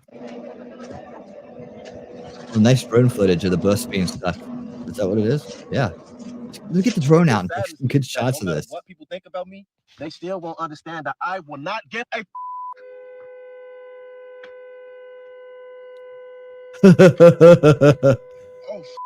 You care now?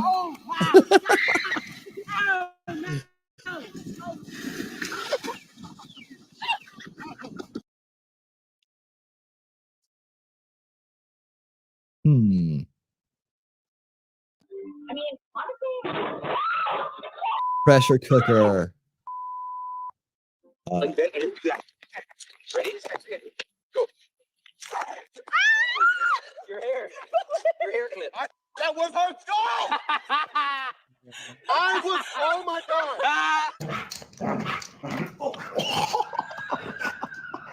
I got that on video. Oh, that's a snake shotgun. Go get that giant flamethrower. Deserve it. There is an arrow through my phone. Oh.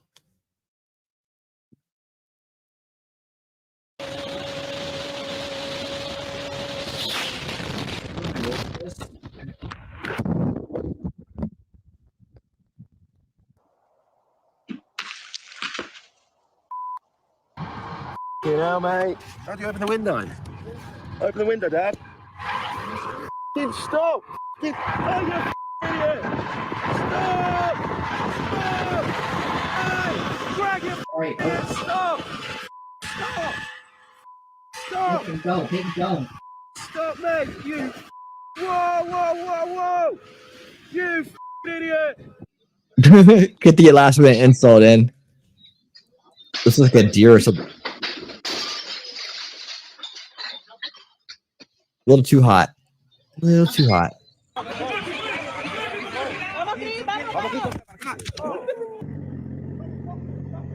That's dad luck.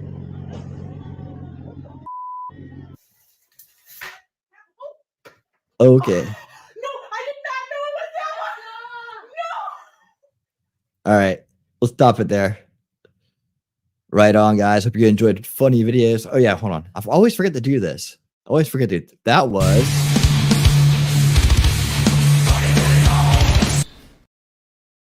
There you go. I'll have that. I always forget to use it. Alrighty, guys. Thank you so much for being here tonight for the good news of the week and funny videos here on Winning Saturday Night with you, the crowd. Hope you guys had a great time. Hope you had a chance to hit that thumbs up button on the Rumble side. Hey, hold on a second. I think I'm like close to 400.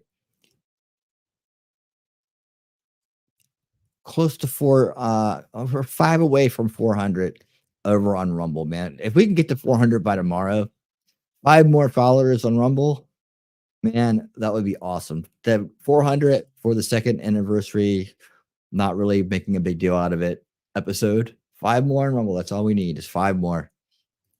Maybe we can get that by tomorrow. It'd be great. We'll try. We'll do our best, right? We'll do our best. So if you're there right now and you haven't followed yet, man, be part of the magic. Be part of history. Be part of history. Be part of the final 5 to 400. That's what we're calling it. All right, let me see here. We are feeling all right. Let's see. What else do I have to say? Oh, thanks to everybody on the Revites crew. Thanks to everybody that was here for the duration. Thanks to everybody everywhere at all times. I'll be back tomorrow night at 8 p.m. Eastern with Shelly talking trash and truth for Old School Watch Party Sundays, where we watch documentaries and old documentaries and movies, usually comedy movies from the 80s or so, ones we all know and love and haven't seen in forever. We'll have something planned. I don't know exactly what we're doing yet. I'm going to work on that, but I'll have it out by tomorrow, and we'll do something fun. All right. Yeah. So, oh yeah, someone said, should we do a handoff here? Should we do a handoff? Let me see. Do I still have that up? There it is. Okay. On screen here. That is. Redirect. Let's see. Is there a handoff? Any requests? I can't see any in here. I don't know why. Sometimes it does that to me. I'm like, I can't see who's actually on. I see one guy I should send it to. Like, what the hell are you doing? Let's see. Okay. I don't know. What is he doing tonight?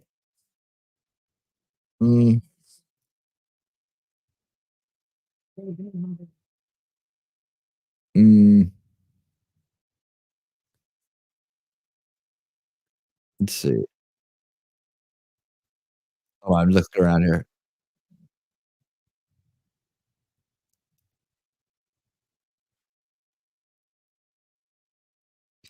Okay. Okay. Anyhow, if you want to go over and see, oh,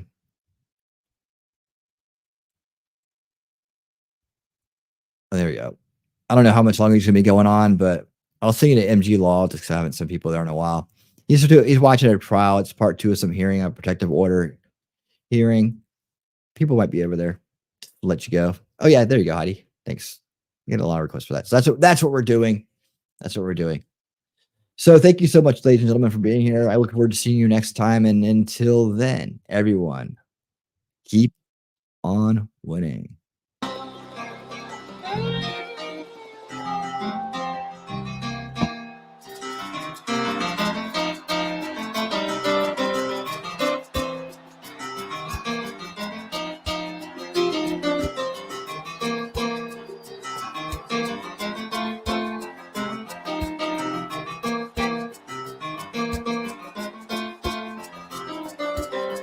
It seems I got to have a change in scene.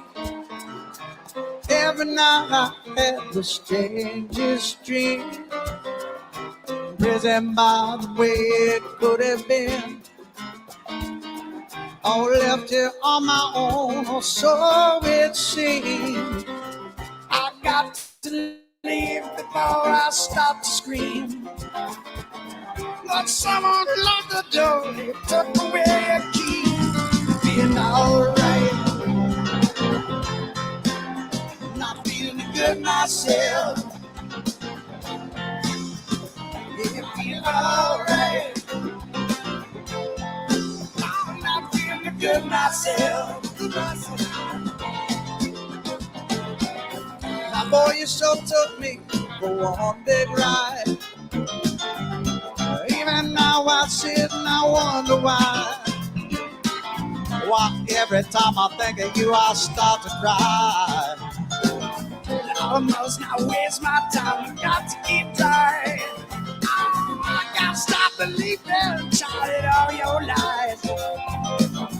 'Cause there's so much to do, or I die. Feeling alright, not feeling good myself.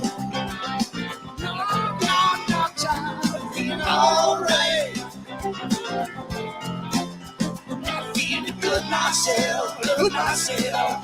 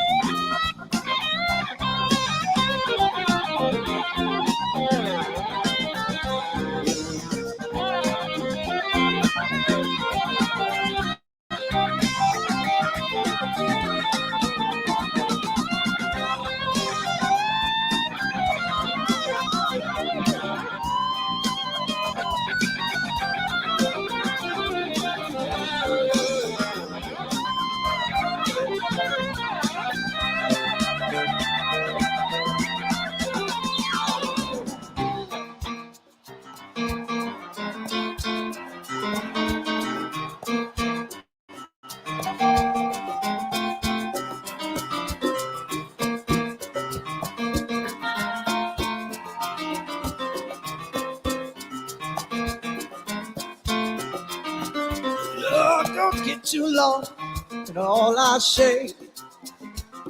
But at the time, I really felt that way. Yeah, but that was in child, and it's today. I can't get up yet, and so here I stay until another comes along and takes my place. Oh, with a different name, oh, different face, I'll feel alright. Yeah, Lord, I'm feeling good myself. Feeling alright. I'm feeling good myself. Good myself. I'm feeling alright. Good myself. Feeling alright. Good myself. Good myself.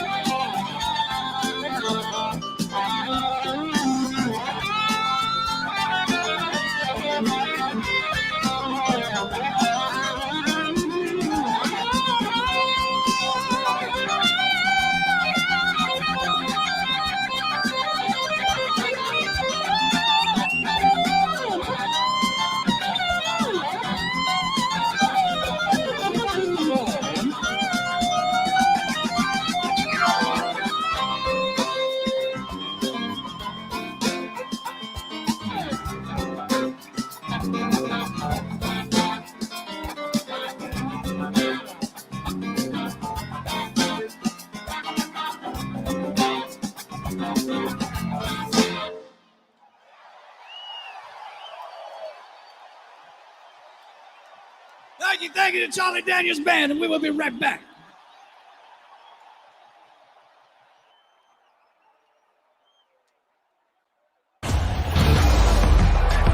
This is a friendship that'll In this never video, ever end.